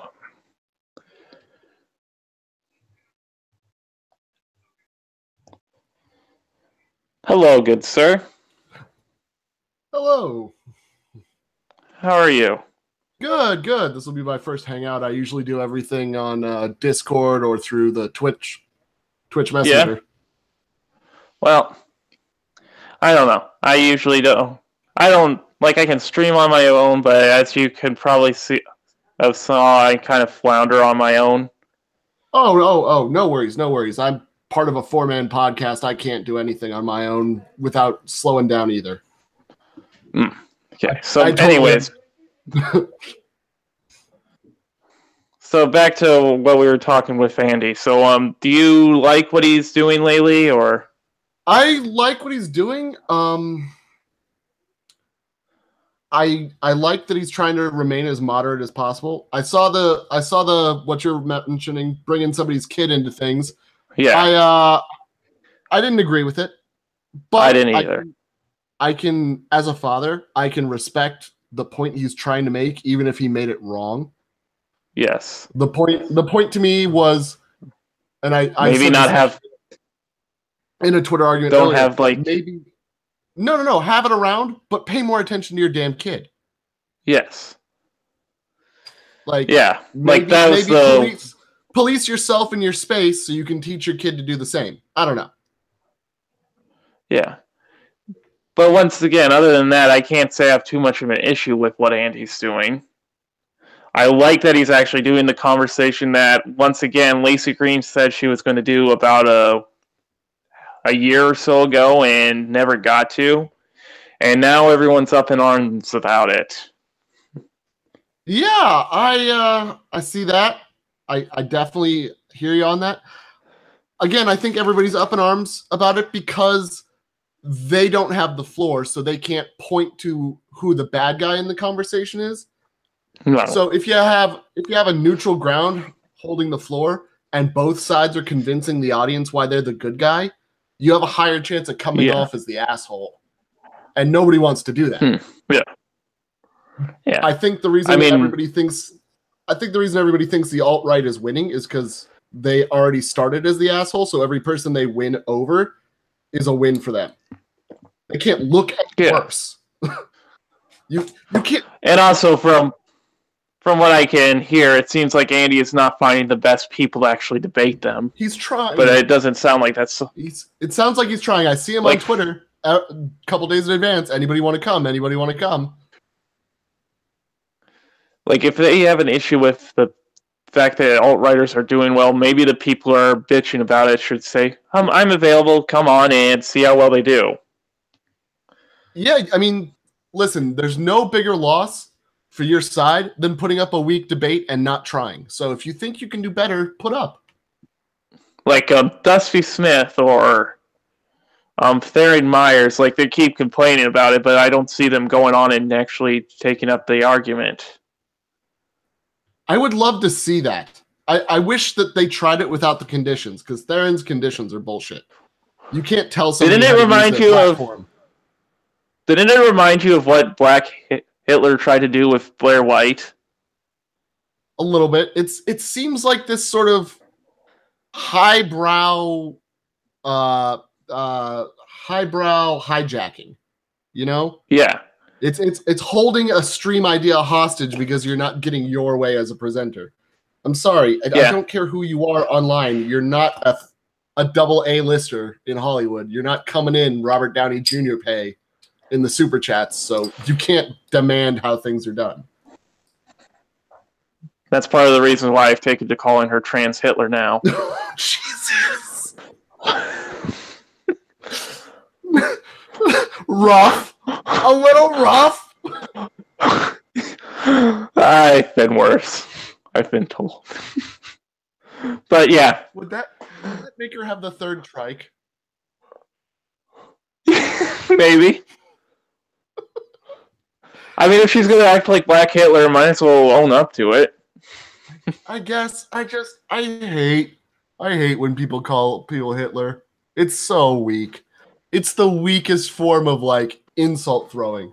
It's like saying poopy face. Well, it's not that I'm comparing her to Hitler. I'm comparing her to Black. I realize you're comparing her to Black Hitler.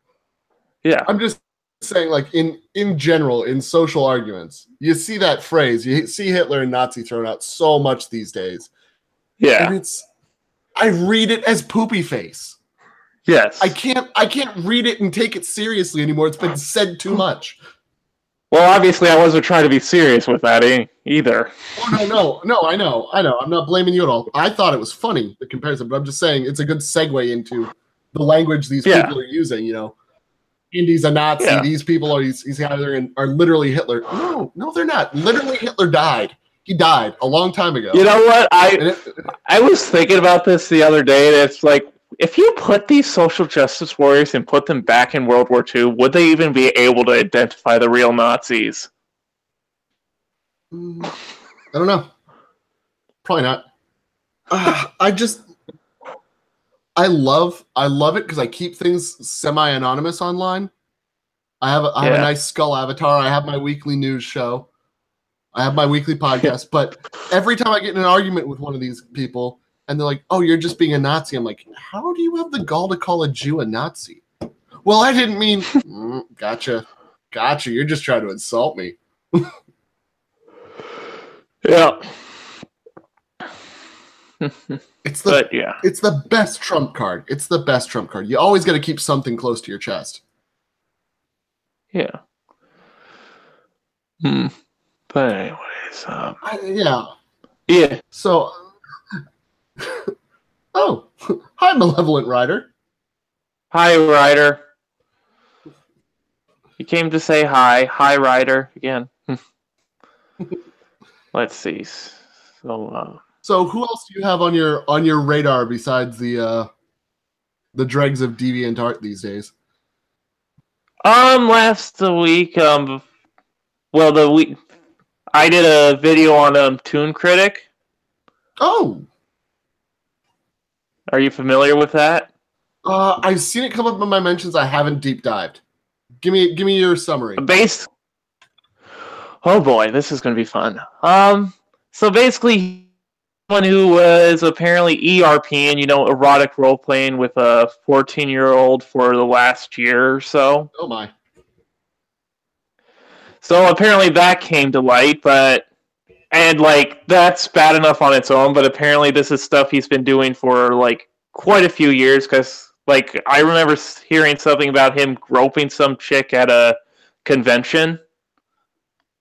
No, I mean, conventions, you shouldn't do that, but at the same time, weird shit happens at conventions. You don't know the whole story there, but yeah. I see that it's a pattern of behavior, not a single incident. Yes. But really, it wasn't focusing really on Toon directly. It was more focusing on how his friends handled it. Some of them saying it was a difficult decision to actually break ties with him. I mean, yeah. On one hand, you have, well, this guy's a creeper. And on the other hand, you have X number of years where you didn't see the creeper side. So it's so hard to, And it's very hard for me to believe that. And it's very hard to believe, if it's something public at a convention, they didn't have a clue about it. Maybe they had a clue about it, but yeah, maybe they had a clue about it. But I'll play devil's advocate on this one because I don't have a horse in the race. Yeah. But maybe they thought it was just hearsay. Maybe they thought it was an accident that got blown out of proportion. Maybe that's why they didn't see it until now, and it's just hard to put all the math together and see the picture. Yeah, and then there's them basically all the information that's what came out about this guy. It was leaked, but they kept saying it was a bad thing that the information got leaked. So thing is, if it wasn't leaked, what could have Toon done? Could he have at least try to erase this information or try to make himself look more innocent? Yeah, I don't agree with shouting down leaks. At that point, if you're leaks in a server are breaches of trust, yes. But there's a point where you go beyond being somebody who's leaking to damage somebody and being a whistleblower, and at that point you should be protected against repercussions, Yes, and thing is, apparently the reason is they didn't have time to prepare statements about why Toon wasn't going to show up at things. Which tells me they just didn't have time to play proper damage control with it. Maybe they were upset that they didn't have time to distance themselves. Yeah, and then they only... I don't know, a lot of how, Toon Critic's friends handled it just pissed me off. I can see that, because there's people being hurt here, there's people being wronged here, and taking the grounds that you're the victim when you're not one of his victims is kind of scummy. I mean, more than... Oh yeah, that's something they did. They spoke on how it hurt them more than how it hurt the victim more often than not. And then there's Dr. Wolf, who said that he was encouraging forgiveness in this situation without having the guy change any. Forgiveness needs to come after apology and after rehabilitation, Then we can work on forgiveness. Yeah. And then there was also the case of someone saying that they didn't want to demonize the guy. Okay, if you were planning on making public statements, how are you going to do that without mentioning the fact that he was a pedophile? I guess you could go with because of his personal actions, he won't be appearing here anymore until his conduct comes in line with our personal morals. I guess that'd be the way to distance yourself without demonizing him, because he is. That really doesn't look good. Situation. No, it doesn't look good, and it glosses over the situation. But I mean, that is, like, the only way they could do it. Yes, like that's what I figured. They were just gonna like say they weren't even gonna mention the fact that he was a pedophile, because I don't know how you talk about it, someone being a pedophile without demonizing him. If you know a way, please tell me. I conceptually know the way, but I'm a father of two, so I can't say it without vomiting in my mouth. Okay, fair enough. The people who explain this away as if it's not a horrible thing paint these monsters as if they're the victims of something beyond their control. Oh, it's just their brain chemistry. Oh, it's just social pressures. Oh, it's not their fault. It's something beyond their control. No, you still acted on it. You still grabbed somebody. You still ERP'd with a 14-year-old. You still did things, even if you had the extra want to above other people. You still did the. It's the difference between want to and did the. And, like, it was kind of interesting to look at, like, all this stuff with how they were handling it and how similar it was to how people handled the Crouch situation. Yeah, it's the dichotomy of a society online where the tribe protects its own.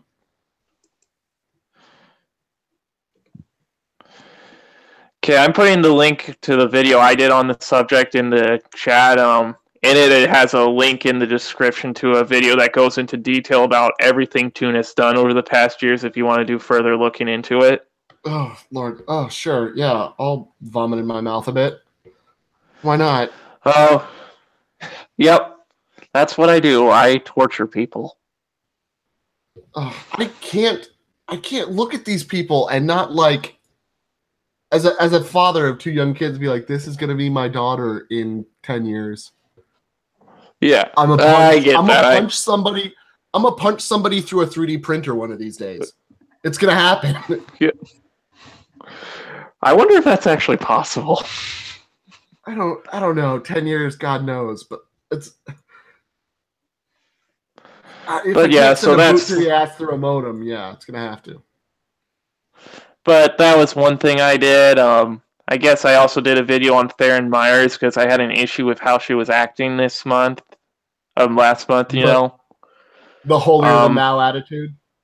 Yeah, and the whole, I want you to give this money to this charity instead of using it to pay your bills and stuff and buy ice cream sandwiches so you can have dreams where everything's getting murdered. if she would have posed it like this, Andy, I'll do the stream, but I simulcast it, and your super chat's your super chat, my super chat's my super chat. A much more reasonable way to put it.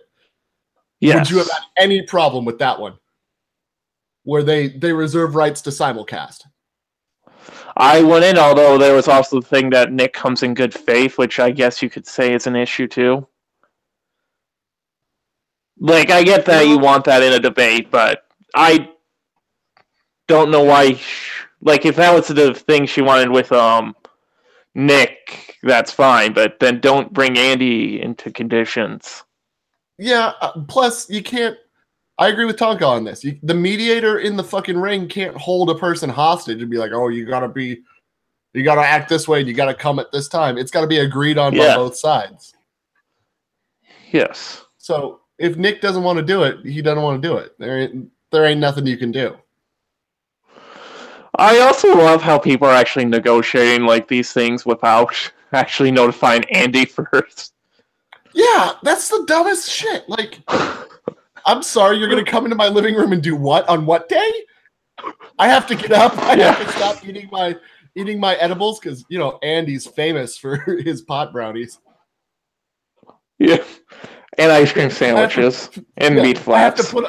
I have to put on a shirt. Stop eating my fucking hash brownie ice cream sandwich and come do this debate with somebody I hate. and moderate it and make sure Yeah. it's fair, and then they get all the money. Fuck you. Yeah, I get that. Fuck you and your cookie. Yeah, honestly, I still have no reason why I shouldn't call her Trans Hitler.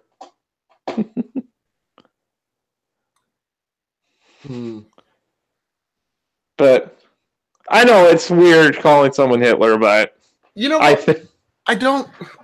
If she self-identifies as trans Hitler, I get it because that was Black Hitler's thing. But I mean, I feel like it's wrong to throw the trans part under the bus. Could just call her activist Hitler, and that would be way more descriptive. bitch Hitler. Bitch Hitler works too, man.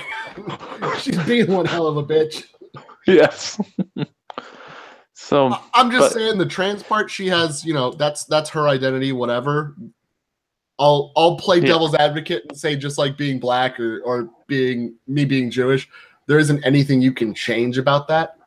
So let's not rag on people for that one. If they want to take on that name themselves, fine. yeah. That makes sense. But again, that's just my personal feeling. You want to call somebody whatever you want to call them, it's your show, man. I'm not dictating that. Yeah. I would never step on it. But yeah, I guess that's the whole thing with that. I mean, other than that, it's just basically this isn't a strictly like political stream. It's just basically whatever it's my OCD should, the stuff or autism should, the stuff you've been watching the week, right? Yeah, like I could go from literally talking about a video game to talking about social justice to talking about pedophiles. Speaking of it's video not games, a straight line. Yeah. Have What? you tried the new Dragon Ball Fighter Z? I have.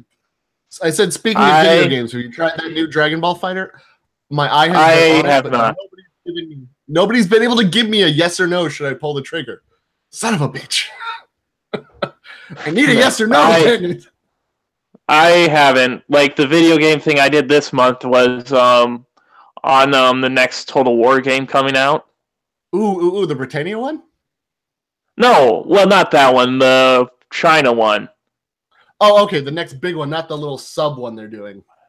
Yeah, but I did a thing on that, just looking at like why I'm looking forward to it, because they're finally playing with something that's not Europe. Well, I mean, Or they Japan. they started in not Europe, which was nice. But then they got addicted to it. Yeah.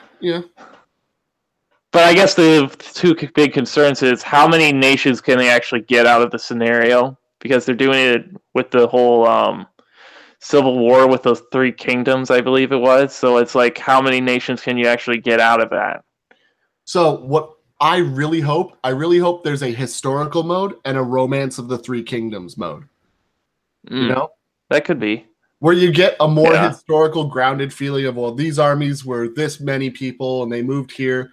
And then there's the other side, the really fantasy epic tale, legends, big heroes, doing tall, gigantic battles with thousands of people that they wouldn't have had. And the other thing is, if they do have other factions than those 3, are they going to be readily available, or are you going to have to pay money to get them? I'm so tired with the Creative Assembly DLC shit. Crap, whatever. And at least with Rome 2 and whatchamacallit, Attila, at least they give you 3 for each faction. I don't know if they would do the same thing here. Yeah, I know with the Warhammer they gave you a faction and a sub-faction for each one that came with the packs. But then later on DLCs were included to add more of the races. Like not all the core races were in there. And that frustrated me to no end. To no darn end.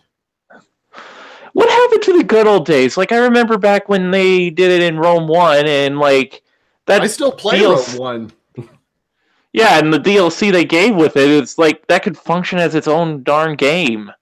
Yeah, completely changed the scenario, completely changed the bandit race mechanics. Yeah. Same thing with what was the other one? Medieval. Yeah. When you had the more Arabian focused second set, right? No, the Kingdom one. Sorry. Okay.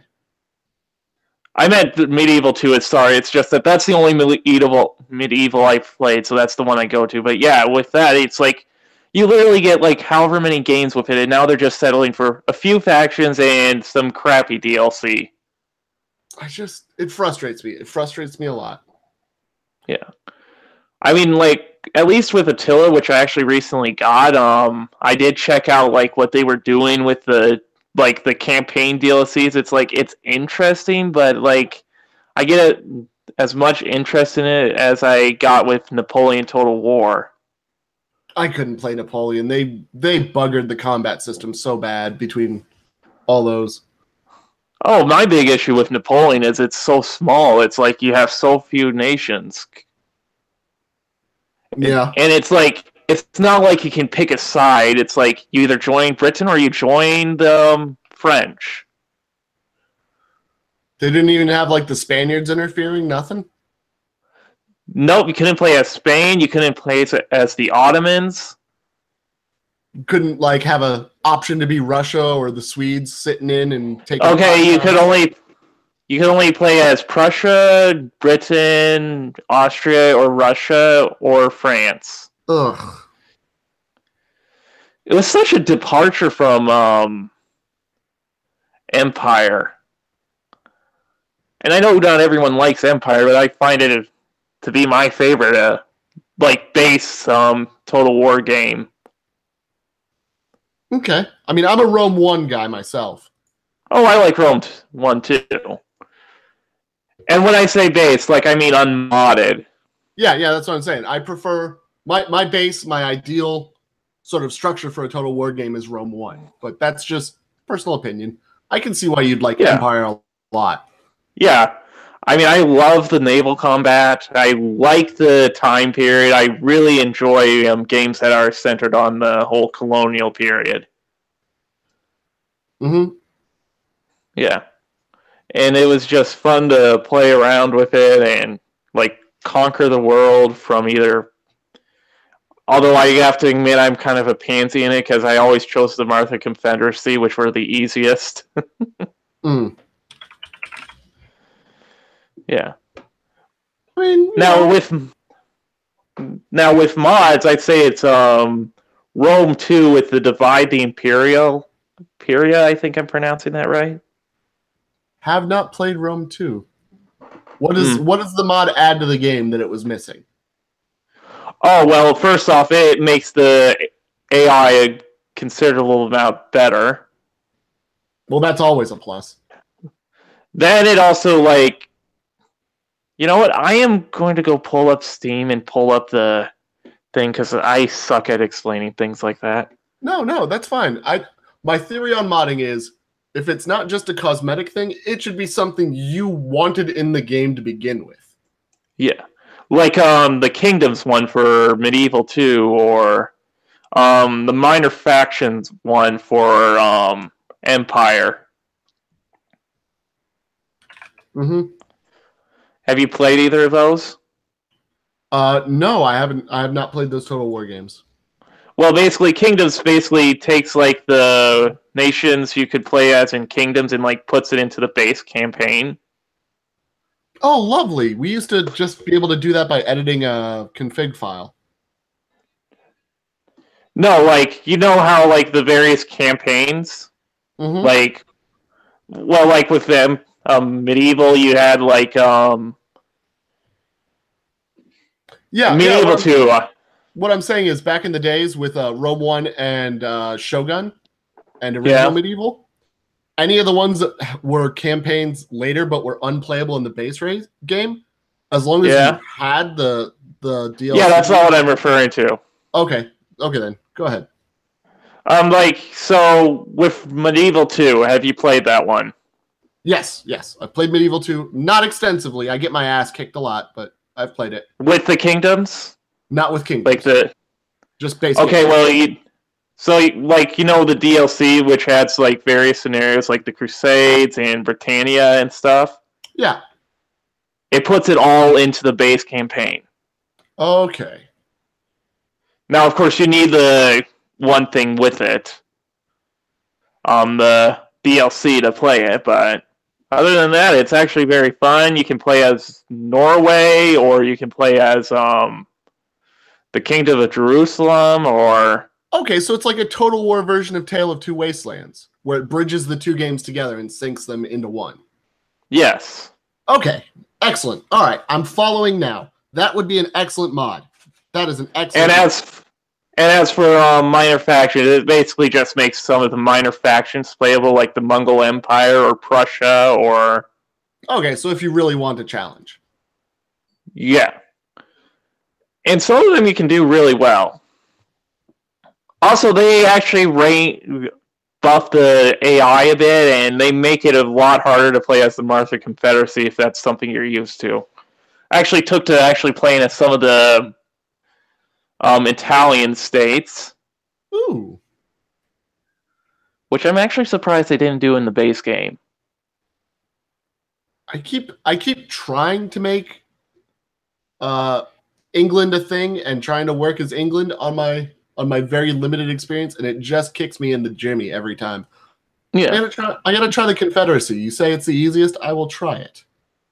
The Confederacy. You were saying it is the easiest faction. Well, the Confederacy, like the Martha Confederacy in the base game, or Prussia are the easiest to go with. Okay. Well, okay, my computer is being abnormally slow, but No otherwise, worries. So, have you tried Rome 2? No, that's one I haven't gotten into. That was when I was on the ship out at sea, and I was not getting games for a while. It's not like the base game takes some getting used to. It is a big departure from the former ones. Okay. So it takes some getting used to, but after a while you get used to it. But then, like I said, the one thing really makes it difficult. So, more interesting, anyways. Yeah. I like it. So, I was basically looking at what I like from all of them and whatnot, and oh yeah, I remembered another mod that I played. I remember one that actually gave you the ability to play in Asia with the Rome, the original one. That would be a cool mod. Yeah, you need the DLC, of course, for that one, but it was actually very fun. You got to play as you could play as China or Korea or Japan. So it or expands. whatever. It expands the map all the way out to the Silk Road. Except it doesn't let you play as the Rome stuff. In fact, I think it's a little later, medieval times with the Termerids or whatever. Termerids or whatever? Termerids? Yeah. Okay. It's a good mod. Takes some getting used to, but it's fun. Okay, that would be what, right around Justinian's time, yeah? Maybe. I'm not entirely sure. Thinking that would be it. Okay, I'm giving up on this because my Steam thing is not doing what it's supposed to. No worries. I've been getting sucked into Subnautica this last week. I've been getting sucked into Mountain Blade. Warband or original? Warband. All right, I gotta admit, I loved Warband, and I got the Song of Ice and Fire mod for it and played it for 3 months straight. I lost my life to that game. I think that's where I'm going. Oh, it's gonna be a fun ride. Oh, and I also have the other one, Fire and Sword.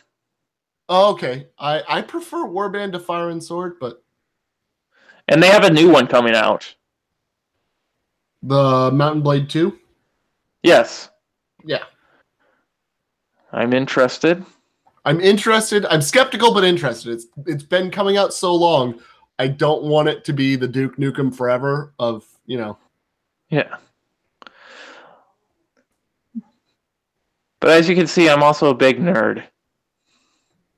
Aren't we all? We wouldn't be sitting on the internet talking into space if we weren't big nerds, right? Yeah. I think everyone's a nerd at some point. You gotta be. You gotta be passionate about something, or you're gonna be passionate about nothing. Yeah. And I just realized I am actually screen sharing Steam right now. Yes, a little bit. And this is where I am froze on. It's this game that apparently allows you to play as some story-driven open-world RPG during the Holy Roman Empire. Oh, Kingdom Come Deliverance. I've looked at it and looked at it and looked at it. It's on my follow list, but again, it's one of those I haven't pulled the trigger on. Well, you probably can't since it hasn't released yet. But you know what I mean? Like I haven't put the money forward. Like just put it away. I rarely pre-order, so I'll either wouldn't know something or I'll put money on a card and I'll like a gift card, like a Steam gift card, and be like, this is for this. I'll write the name of the game and I'll stick it to the poster board. Yes. Put money in it and it rarely lasts 5 days. Yeah. I will just pre-order it so I don't forget. But yeah, I give up on doing whatever because I was going to show you another game that I've been looking into. It's called Age of Civilization 2. Age of Civilization 2. Yes. But I can't actually look at anything because it is not letting. I'm staring at it right now. The strategy war game that is simple to learn yet hard to master. Your objective is to use military tactics and cunning diplomacy to either unify the world or conquer it. Will you bleed out or bow for you? The choice is yours. Okay. Yeah, that is something I've been actually looking into because it looks like a good game. Yeah. I like it. It's got a simple looking interface, but it looks like it has some complexities to it. It looks somewhat like a Paradox Interactive game. You know, it looks like if Paradox Interactive was a little bit crossed with what's that game? Real Politics? You mean this one? Do you happen to have Real Politic? Yes. I have lots of games. I played the demo. I was intrigued by it. I played the demo. I bought it. I haven't done much with it. Like I said, this game has been taking all of my time. Yeah, 140 hours. What is my Mountain Blade Warband? I don't want to know. I don't want to know. Don't tell me, Steve. 197 hours. Yeah. I want to know. Yeah, I got 409 on Empire. Oh, Lord. And 490 on Europa Universal 4.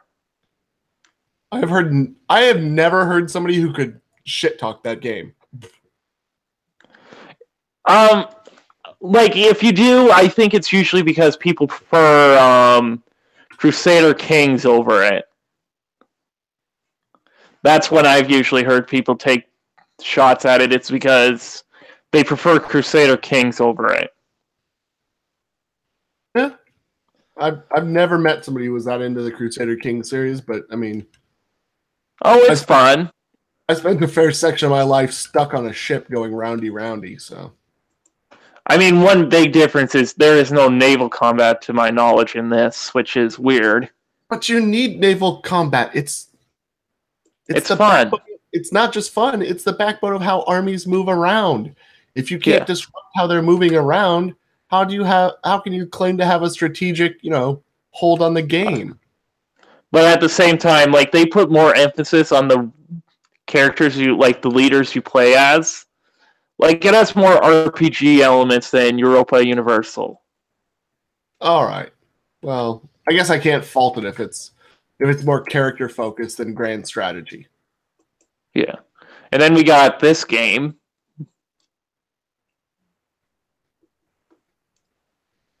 I have never even heard of Supreme Ruler Ultimate. Okay, so basically this is like one of the hardest strategy games I've played because one, you're not conquering regions, you're actually like advancing your armies to like absorb land, I guess you could call it. Okay. for one, and you actually have to like manage. I am shit at explaining games, but and I would show you the store page, but it comes to this.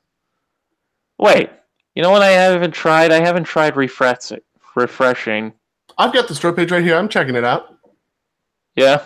I've got looking at the United States at war with Russia and how all the different states are maxed out. And I saw a little war screen where you dedicate how much of what forces to where, and then they kind of have to march along, and the game does its own calculations. I don't think it's. Maybe I'm. Or at least like that's what it looks like from the screen. Like there's no video of it, you know? Yeah. One moment, I'm just refreshing. Okay. I might. So you can trade designs. Yes. For like military units for. You can also make designs. Okay, so you can platforms and give things their own unique. Like armor or like defense or whatever, you know. Okay. It's not like you can make something that looks like something from Star Wars, you know. No. You take a real world body and you change some stuff out, right? Yes. Okay. Which is an interesting concept. But yeah, this is literally one of the hardest strategy games I've ever played, and it's somewhat similar to the concept of it's easy to like get a handle on how to play, but it's really hard to get a mastery of. Okay. But yeah, it's a fun game. So just from talking to you for a little bit, you seem to be very big into the grand strategy games. Yes, I am. Well, I'm into strategy overall. Okay. Like, I can play real-time strategy, too. Yeah. Let's see, we got that. That's real-time. What's the other real-time strategy game I have in here? I know I have another. Well, I guess if you want to count it, technically, I got SimCity, which is somewhat real-time, but it's not in the same category as this. I do have both of them. I prefer City Skylines over SimCity head and shoulders. Yeah, I know. Like, this is more like just a nostalgia thing. Yeah, okay. I actually haven't gotten much into Skylines. Oh, I need to. I've been meaning. Oh, go ahead. Meaning to. I've been meaning to. It's just I never get to it. I got into it. I got my wife into it. I've been diving deep into it. I've gotten it down so that I actually know when and where to change even like the tiniest amount of tax rate or tiniest amount of funding to things. It's now a science. It's not an art for me anymore. And I want mods to throw me more challenges. I want more random events to screw with my playthrough. You know? You know what? Paradox Interactive actually does their DLCs right, because it feels something that in some ways is earned to be a DLC. Is that would you agree with that statement? Their DLC feels like it earned the right? Like, to me, a DLC should be something that, like, it's something that shouldn't have, like, I don't know, like, I have a strange thing, like, some DLCs work, like, for example, the El Dorado DLC for this.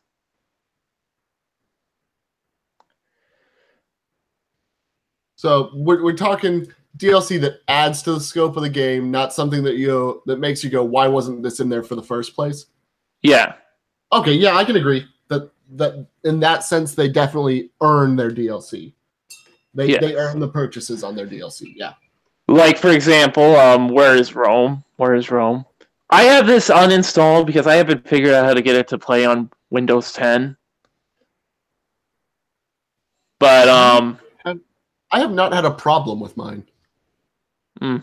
I have. But anyways, the DLC, the Barbarian Invasion one deserves to be a DLC, you know?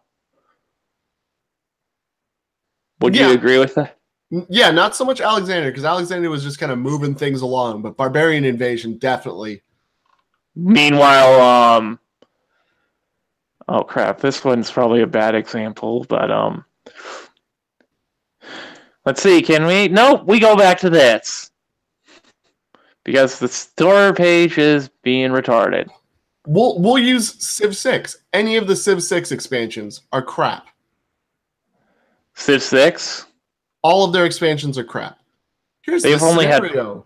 Here's a scenario in a civilization. There's 1, 2, 3, 4, 5, 6. So well, those seem more like DLC than like this seems more like what the expansion was. Rise and Fall is freaking everything. No, I think they have actually extras like this. Well, what I'm saying is if you have Rise and Fall, yeah, you have everything except for the Aztecs. No, I don't have Macedonia. Okay. Because I don't have Rise and Fall, but I bought all the others piecemeal. Well, they were bought for me by friends who want to play with me. I have everything but the Chimer. Chimer. Oh yeah, those. Yeah, maybe I'll buy them one day, but I need the right motivation.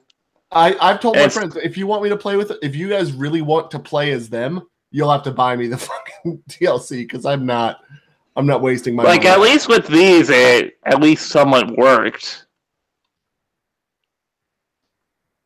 Yeah, because back in Civ 5, nations were more unique. They weren't just, one passive, 2 units, and a policy slot. Yeah. If even. Yeah. Nations nowadays are feeling like they just rolled the dice and pointed at a color wheel of what things to include or take out. Some of them don't even make sense. Can't think of anything off the top of my head, but not all of them feel like that's what you would expect from this nation. Like Australia, the Australian gold rush, it's but when I think Australia, maybe it's different because I'm not Australian. But when I think of Australia, I think of national preserves, the fishing industry, and the Anzac military forces. That would be the things I'd highlight, not gold rush. And on top of that, with Rome, who thinks of Targin as their it made sense for Caesar for this. Why is it Targin?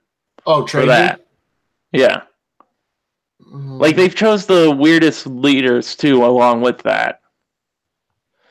Gorgo for Greece. Okay, I don't get splitting Greece into Sparta and Athens. Just make Sparta unique if you want Sparta to be unique.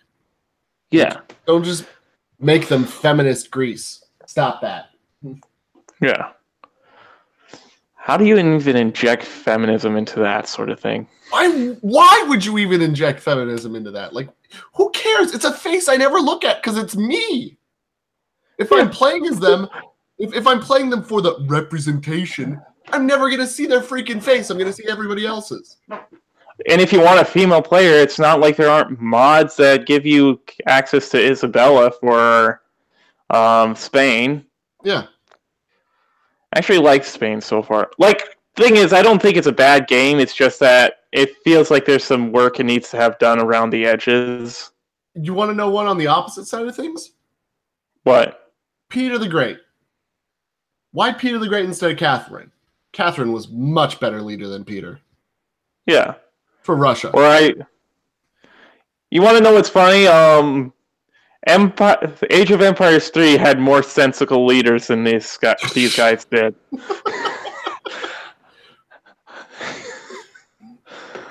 Let's see, who about France? Napoleon or one weird chick? Yeah, let's have a banker's daughter do it. Yeah. Or Louis or Louis, or however you pronounce it. Elizabeth or okay, actually I can understand Victoria. I can somewhat get that one. Yeah, you don't want to have to like King George V. Also, why is there no Hitler? Because then you can't sell the game in Germany or Poland. Oh, that actually makes a lot of sense now. Well, Yeah, there's actually mods that. There's mods, but see, that's not developer content. But you cannot sell a game with Hitler in it in those areas. Like, period. Really? Okay, I did not actually realize that. So is that the same? Is like super illegal in certain places in the world. Is that the same way with Stalin then? Yeah. Ah, certain former Soviet satellite nations that really got pissed have that same thought. Yeah. so wait, then like games like this, which actually do have a World War II scenario, are they banned then? I think they have to be modified. How so? It has to use. I think when they're sold in that region, there's like a regional patch that goes out, so it changes the Nazi flag to like the German national flag at the time. Oh, that's a strange rule, I'll say, but okay. Laws are laws. I'm not going to tell somebody else how to run their country. I'm going to say it's goofy. I'm going to point and laugh at them, but I'm not going to tell them to change it. And here's the other game that I've gotten interested in. Making History? Yeah. Okay. Great War. It's a turn-based version of a Paradox Interactive game. Yeah. That's interesting. It is. It takes some getting used to because it's... You know what's funny? I actually went into like Victoria 2, which was my first Paradox Interactive game, assuming that I would have played similar to Empire Total War. Got my ass handed to me first game. Very rude awakening. Yes. I found out that day not all strategy games play the same. No, there's themes that go between publishers, I've noticed. But no two game plays exactly the same. And very few even keep the same themes between each other if they're from different publishers. Yeah. But yeah, I had to find that out, but it was kind of a good kick in the ass. But yeah, other than that, I also have this game, which is a real-time strategy that I was actually trying to think of, I forgot. Oh, Hegemony, the Hegemony series. Yeah. Oh my gosh. Have you played it much? No, but I remember. Okay, this can make me old, but I can remember back in gaming ads, the ads for Hegemony, the original one. I'm like, wait a minute, that sounds like words from a novel. Why are you just calling your game Ruler? And then people were like, oh, it's a strategy game. Oh, well, that makes sense then to call your game Ruler. Okay. That makes sense. I love how we were talking about Andy Worski. You said you like to jump all over. I'm following the leaps, man. It's your show. I'm taking the hot seat with you. Okay, that makes sense.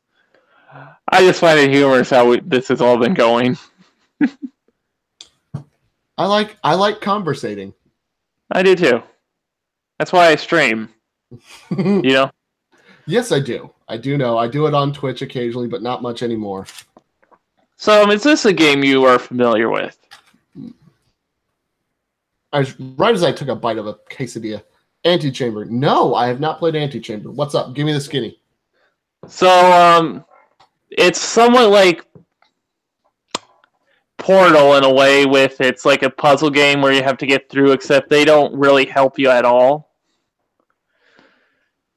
Like, they just plop you in there and kind of like they don't make it impossible to learn how to do it, but it's a very fun strategy game. Well, not strategy, puzzle game. So it rewards creativity rather than, being able to just recognize patterns and go through the motions. Well, you have to recognize patterns, but you actually have to figure out the patterns. Well, yeah, but I mean, like, Portal's just like, oh, well, here's this pattern, and then this pattern, and then this pattern, and we're just going to change which order they come in from now on. This one, they don't have, like, sometimes you can figure out what you have to do, but sometimes they are as unclear as possible. Good, I like it. Makes the noggin jogging. Yeah. Like, one puzzle, like, basically, like, you gotta clear out, like, these, like, laser sights so you can get through a gate, you know? But they have it set up in a way where you have to put the, like, blocks in a specific form of a cross to actually get out, because you can't actually, like, do it in a normal cross, you know? Mm-hmm. Does that make any sense? A little bit, yeah. Yeah. But yeah, it is a different type of game than Portal, which I have both of them. Very nice. Yeah. So I'm not just a strategy gamer, it's just that's what takes the majority of my library. Okay, so you're just this guy who happens to like a lot of them. It's not just your only thing. Yeah. My main kick is RPGs, so I got, Mount & Blade Warband, a bunch of Japanese tactical RPGs. The only other RPG I think I have is, where is it? Skyrim? That's not an RPG. Yeah. It's an action game that pretends to be an RPG. This did a better job at being an RPG than this did.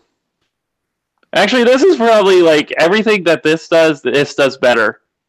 Yes, I would agree. Mount & Blade Warband is far and away one of the best role-playing games I've ever played, where you actually get to assume the role in a greater world. Yes. And it's not like in some ways it kind of makes it clear in the game that, like, if you don't exist, there's not too much of a difference. Up until you start becoming somebody's vassal. Yeah. When you finally start mattering, that's when the world changes without you. I love that. I mean, with you? Yeah, with you or without you. Because you can split off from a nation and, become your own. Or join another nation, and then all of a sudden the one you split off from is super weakened by the split, and they just get gobbled up. Yeah. Which is interesting. But yeah. Like, it makes more sense. You can actually become king. Like, I don't know why that wasn't an option with this one. Well, there is a mod for it. Of course, there's a mod for everything. Yeah. There's probably a mod that turns every character into a penis. I don't know about that, but there's definitely one that turns all your arrows into penises. My wife loves it. She thinks it's funny. I'm not going to say anything further. She thinks it's very funny to hit things with their wieners. And the same thing with this, too. Yeah. Like, the only criticism I had for Fire and Sword was it was too modern. I wouldn't say that. I actually like the fire things. It's just that it takes a little bit more to get used to if you're used to playing this.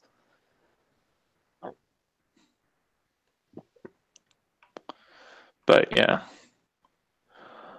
Oh, and I also bought this a year ago or so.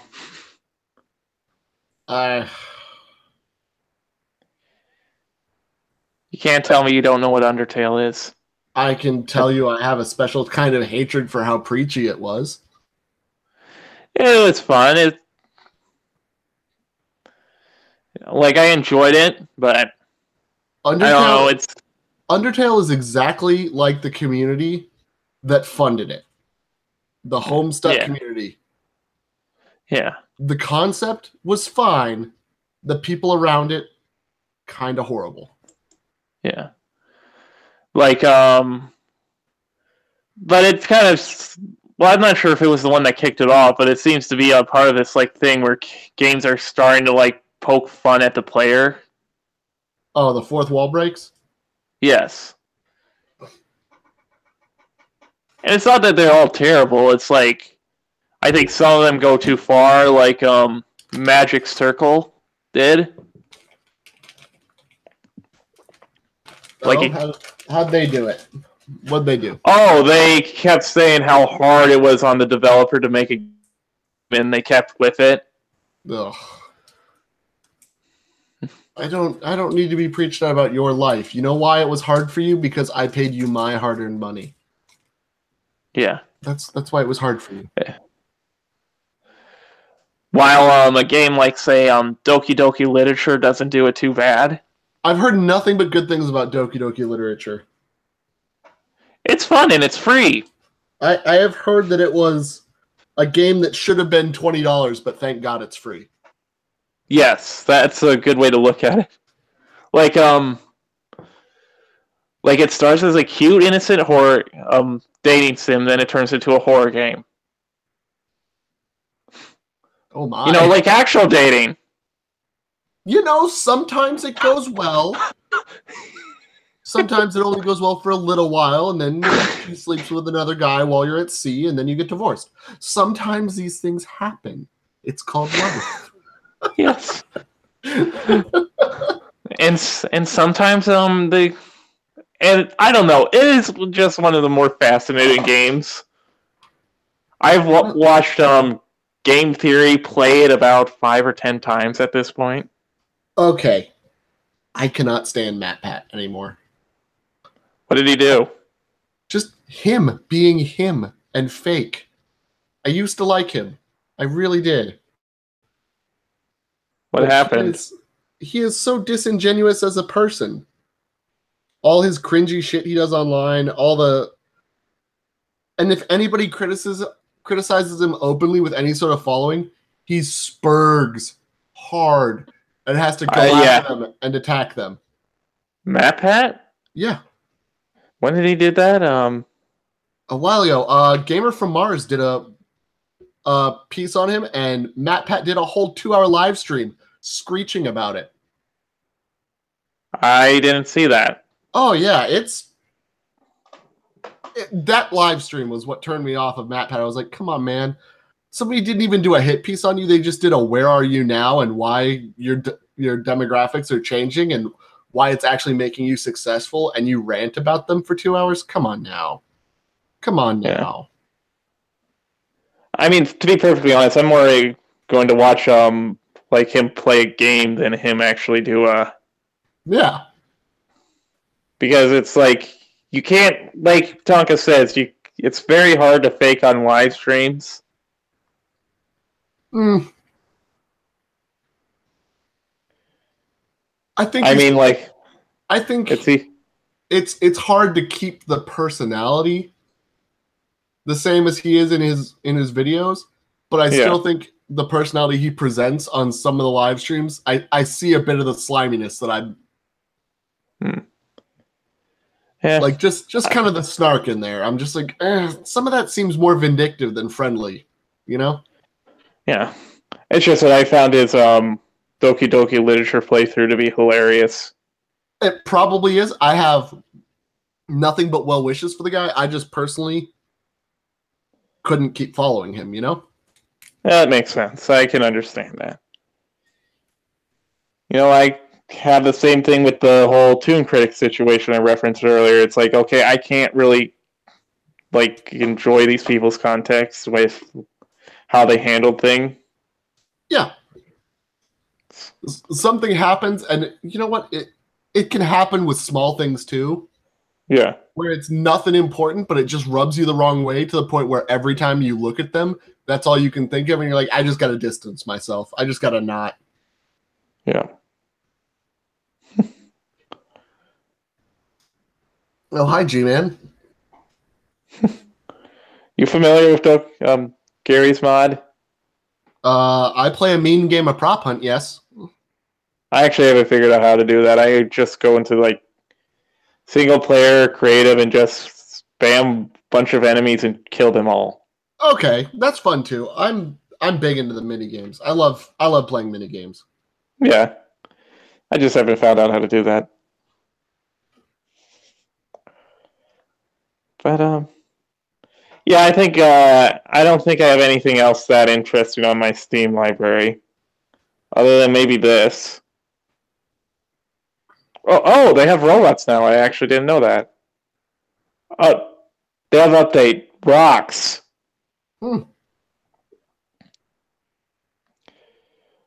Oh, so they've had a few updates. So do you remember No Man's Sky Yes. and how that flopped? Yes. Apparently this is something people said did it like one thing I saw like in the reviews is this gives you more than what it promises to give you. Even though, as you can see, the graphics are probably not as good as No Man's Sky. Oh, they're definitely more basic. Yeah. Again, I would show you the store page, but I think we've went over what happens. Hey, I got mine. I got the store page pulled up. Cute little robot faces, moons, blocky little smoke piles. Yeah. Also, the space combat is actually difficult. Good, because once you learned how to strafe in No Man's Sky, there wasn't really much difficult about space combat. For one, it's hard to like get your ship pointing in a straight direction at whoever you're fighting, and then it's hard to actually shoot at them, you know? Unless you have the missiles, and the missiles run out after a period of time, especially when you're facing off a group of them. Mm-hmm. So you're left with your guns, which takes a while to get a handle on.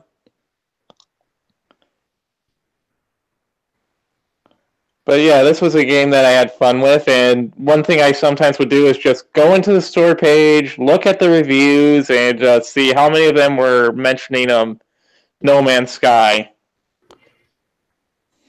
It's a fair number. Yeah.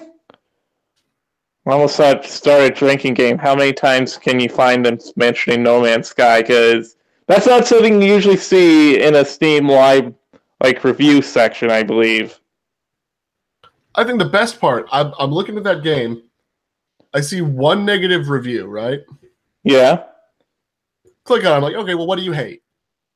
Well, the flying controls are too bad. People shoot me and do too much damage. I played more than 2 hours because I was customizing my ship and my stuff.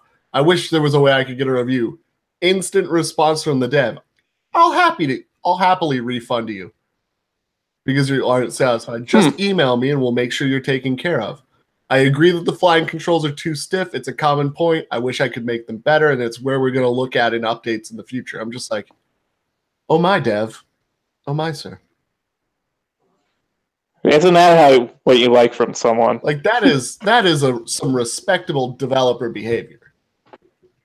And I think there's only one guy behind that. How many people were behind No Man's Sky? It wasn't a large team. I mean, it was still like a team, not one guy, but it was just a team. Yeah. But yeah. But I think that I don't have any other interesting games here. I mean, I got this. That's the only other thing, but yeah, I think I'm done on here. Yeah. Maybe I'll figure out why Steam is being stubborn later. Well, but, it might have an update that it wants to do, and it's just stuck in its little brain. My Steam goes retarded sometimes too. Yeah. It just sucks because that's really the best thing we got on the computer.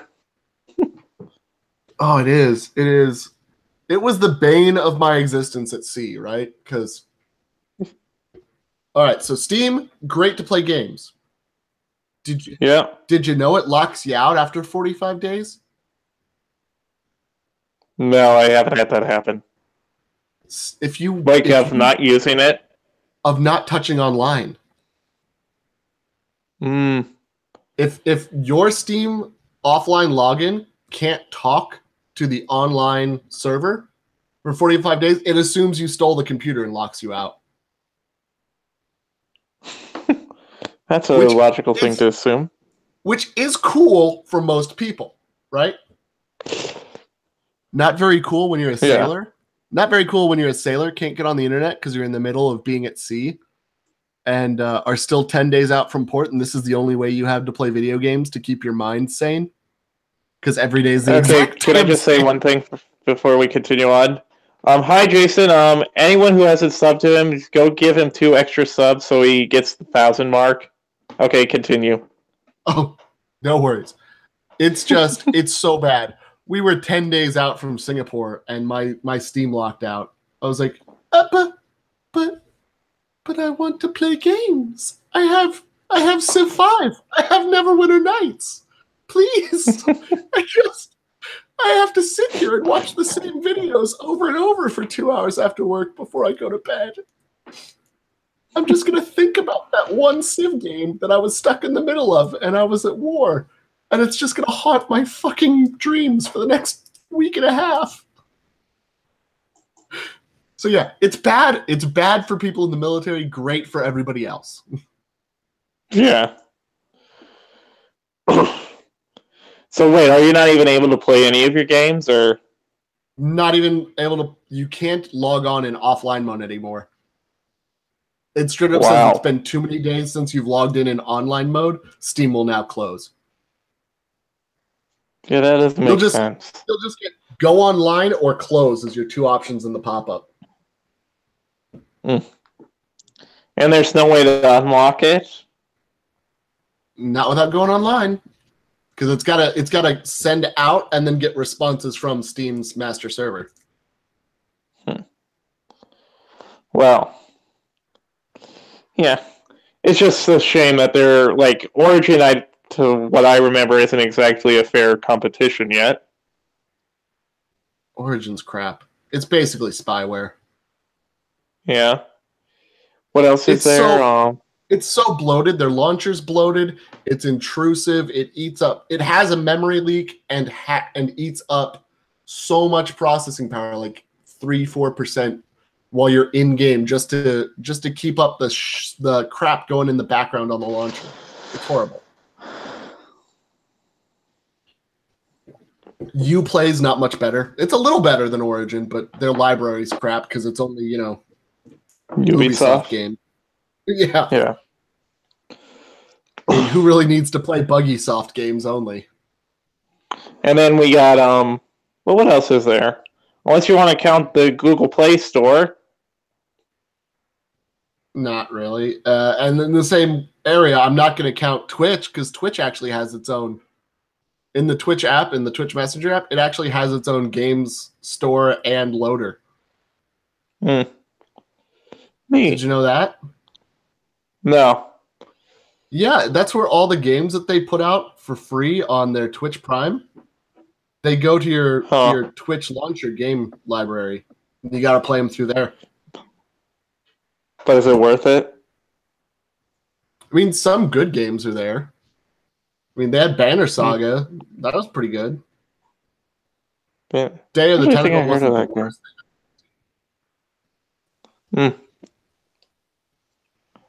Okay, now I'm recognizing these games. Yeah, they've got Getting Over It, Tales from the Borderland. They've got some decent games, but mostly only companies that have had tie-ins with Twitch, which is the sad part. Yeah. So, speaking of Twitch, do you think Twitch can actually take on YouTube in terms of video making? I think it has as much of a chance to take on YouTube in terms of video making as YouTube has a chance to take on Twitch on streaming. Well, I don't know. I think YouTube's well on its way for taking on that. I don't. So Andy Worski's stream with we're back to Andy, but Richard Spencer vs. Sargon had what? What at the peak was that? 34,000? Was it? I wouldn't know. I think it was like 34,000 or maybe 74,000 peak concurrent viewers, right? Watching it live. We'll double it. We'll say it had 150,000, right? That's not even as much as the top game on Steam or on Twitch at any time. Yeah, I guess that makes sense. Dr. Disrespect came back from his hiatus on Twitch and had 375,000 people watching him for 8 hours. So, Do you think the super chat can like make it more appealing to go on YouTube, or Super chat will make it more appealing to go on YouTube for people who want to do not gaming content. I think YouTube has carved themselves a great niche because Twitch is trying to expand into IRL, into podcasts, and into always on content, which is their big new market. They is want to that have with the video making? That was the step before the video making. Always on is you can upload things you've already made or keep VODs that you've had for the week and have them play in a loop to keep your channel always visible. Yeah, I guess the one thing with Twitch is that, like with their video making, like the whole thing with Brinty Venti and what was it? The fact that you can get into trouble just for saying someone else's name in a negative connotation on Twitch makes it seem like, yeah, this isn't going anywhere. Oh, they made it so much worse this week. I heard about that. I actually heard about that. Where now if you talk about somebody in a third party setting off platform, they can punish you for it. It's the dumbest thing. I only streamed once on Twitch, and that was because Rome Total War, the second Rome Total War actually gave you the ability to like stream straight on Twitch. Yeah. A couple games do that. But other than that, I stream on Twitch fairly regularly. I mean, less regularly now that my son was born because I just have less time in the day. He's an infant. But I've gotten affiliate status. Got about 10 subs, which is nice. But it feels harder climbing the mountain on Twitch making gaming content than it does trying to climb the mountain on YouTube making current event content. Or whatever content you want to make on YouTube. Not whatever, because gaming on YouTube is still very hard. Well, yeah. Gaming in general... I don't know. PewDiePie did it. That's why it's hard. There's so many well-established names that have been on the site for 8, 10, 12 years. PewDiePie, Captain Sparkles, Gassy Mexican, Cnares. These people have been part of the gaming scene for so long, and they absorb so much traffic. There's only so much of your day where you're going to be getting watch time on a static video or on a stream on YouTube. And I'm not going to lie, I'd rather watch a video from somebody I know will give me quality content, even if it's pre-recorded, edited gameplay, than try to search for a new good live stream if I have that same, 2-hour window. Yeah. I'd rather watch four good videos than go searching for one good live streamer. You know what I mean? Yeah, that makes sense. For gaming content. But if I want to hear somebody's opinion, if I want to hear politics, news, current events, the weather, drama, or something really cool, something scientific, I want to see other people's opinions. I want to bring as many opinions in as possible. I want to ingest as much as possible, which makes YouTube's live streaming so much better than anything Twitch is doing right now. Yeah. That's part of the reason why Andy and Kumite are probably doing so well right now, is that they're providing that fix for people. It's twofold, right? So they're providing the fix for people by giving a format that hasn't been tried before for content that's always been interesting. It's always been interesting to hear people yell at each other or have arguments or debates. But in this format, never been done before, and it's amazing. And the second part they did better than anybody else. Tonka did it, and then Andy looked at it and did it at a shift, is you've got 2 parts of the day that weren't being exploited because most people looked at YouTube's metrics and said, oh, well, most of the watch time for content, which is normally video content, not live streaming, but video content, is afternoon. It's a half hour before school ends to a half hour before dinner on the West Coast. So you're looking at 2:30 Eastern to 7:30 Pacific. That block is prime time. So everybody wants to stream in there. Tonka said, why the fuck can't I do a morning show? And it skyrocketed because there's a bunch of people who aren't doing anything and saw there's a morning show, heard about a morning show. Yeah. And Andy said, well, what about the late night show? People are eating dinner. Web TVs are a thing. Computers are everywhere. Why can't I do an evening show after the dinner time? Yeah. Both of them. Amazing. Blew up. Right place, right time, right idea. Yeah. To be fair, the Kumite took some time to get a fire going, and well, but once it got going, is an audience, yeah. But I think we've been conversing for long enough. I think it might be good to call it quits at some point. Yeah, totally. I got dinner coming up in like 10 minutes. My wife's giving me dirty looks. Sorry, sorry, I thought you were Numbskull. Sorry, Top Keck's wife. But to everyone who watched, thank you for watching and stuff. I hope you enjoyed it. Thank you for Carissa for stopping by earlier, and thank you for Keck for jumping on.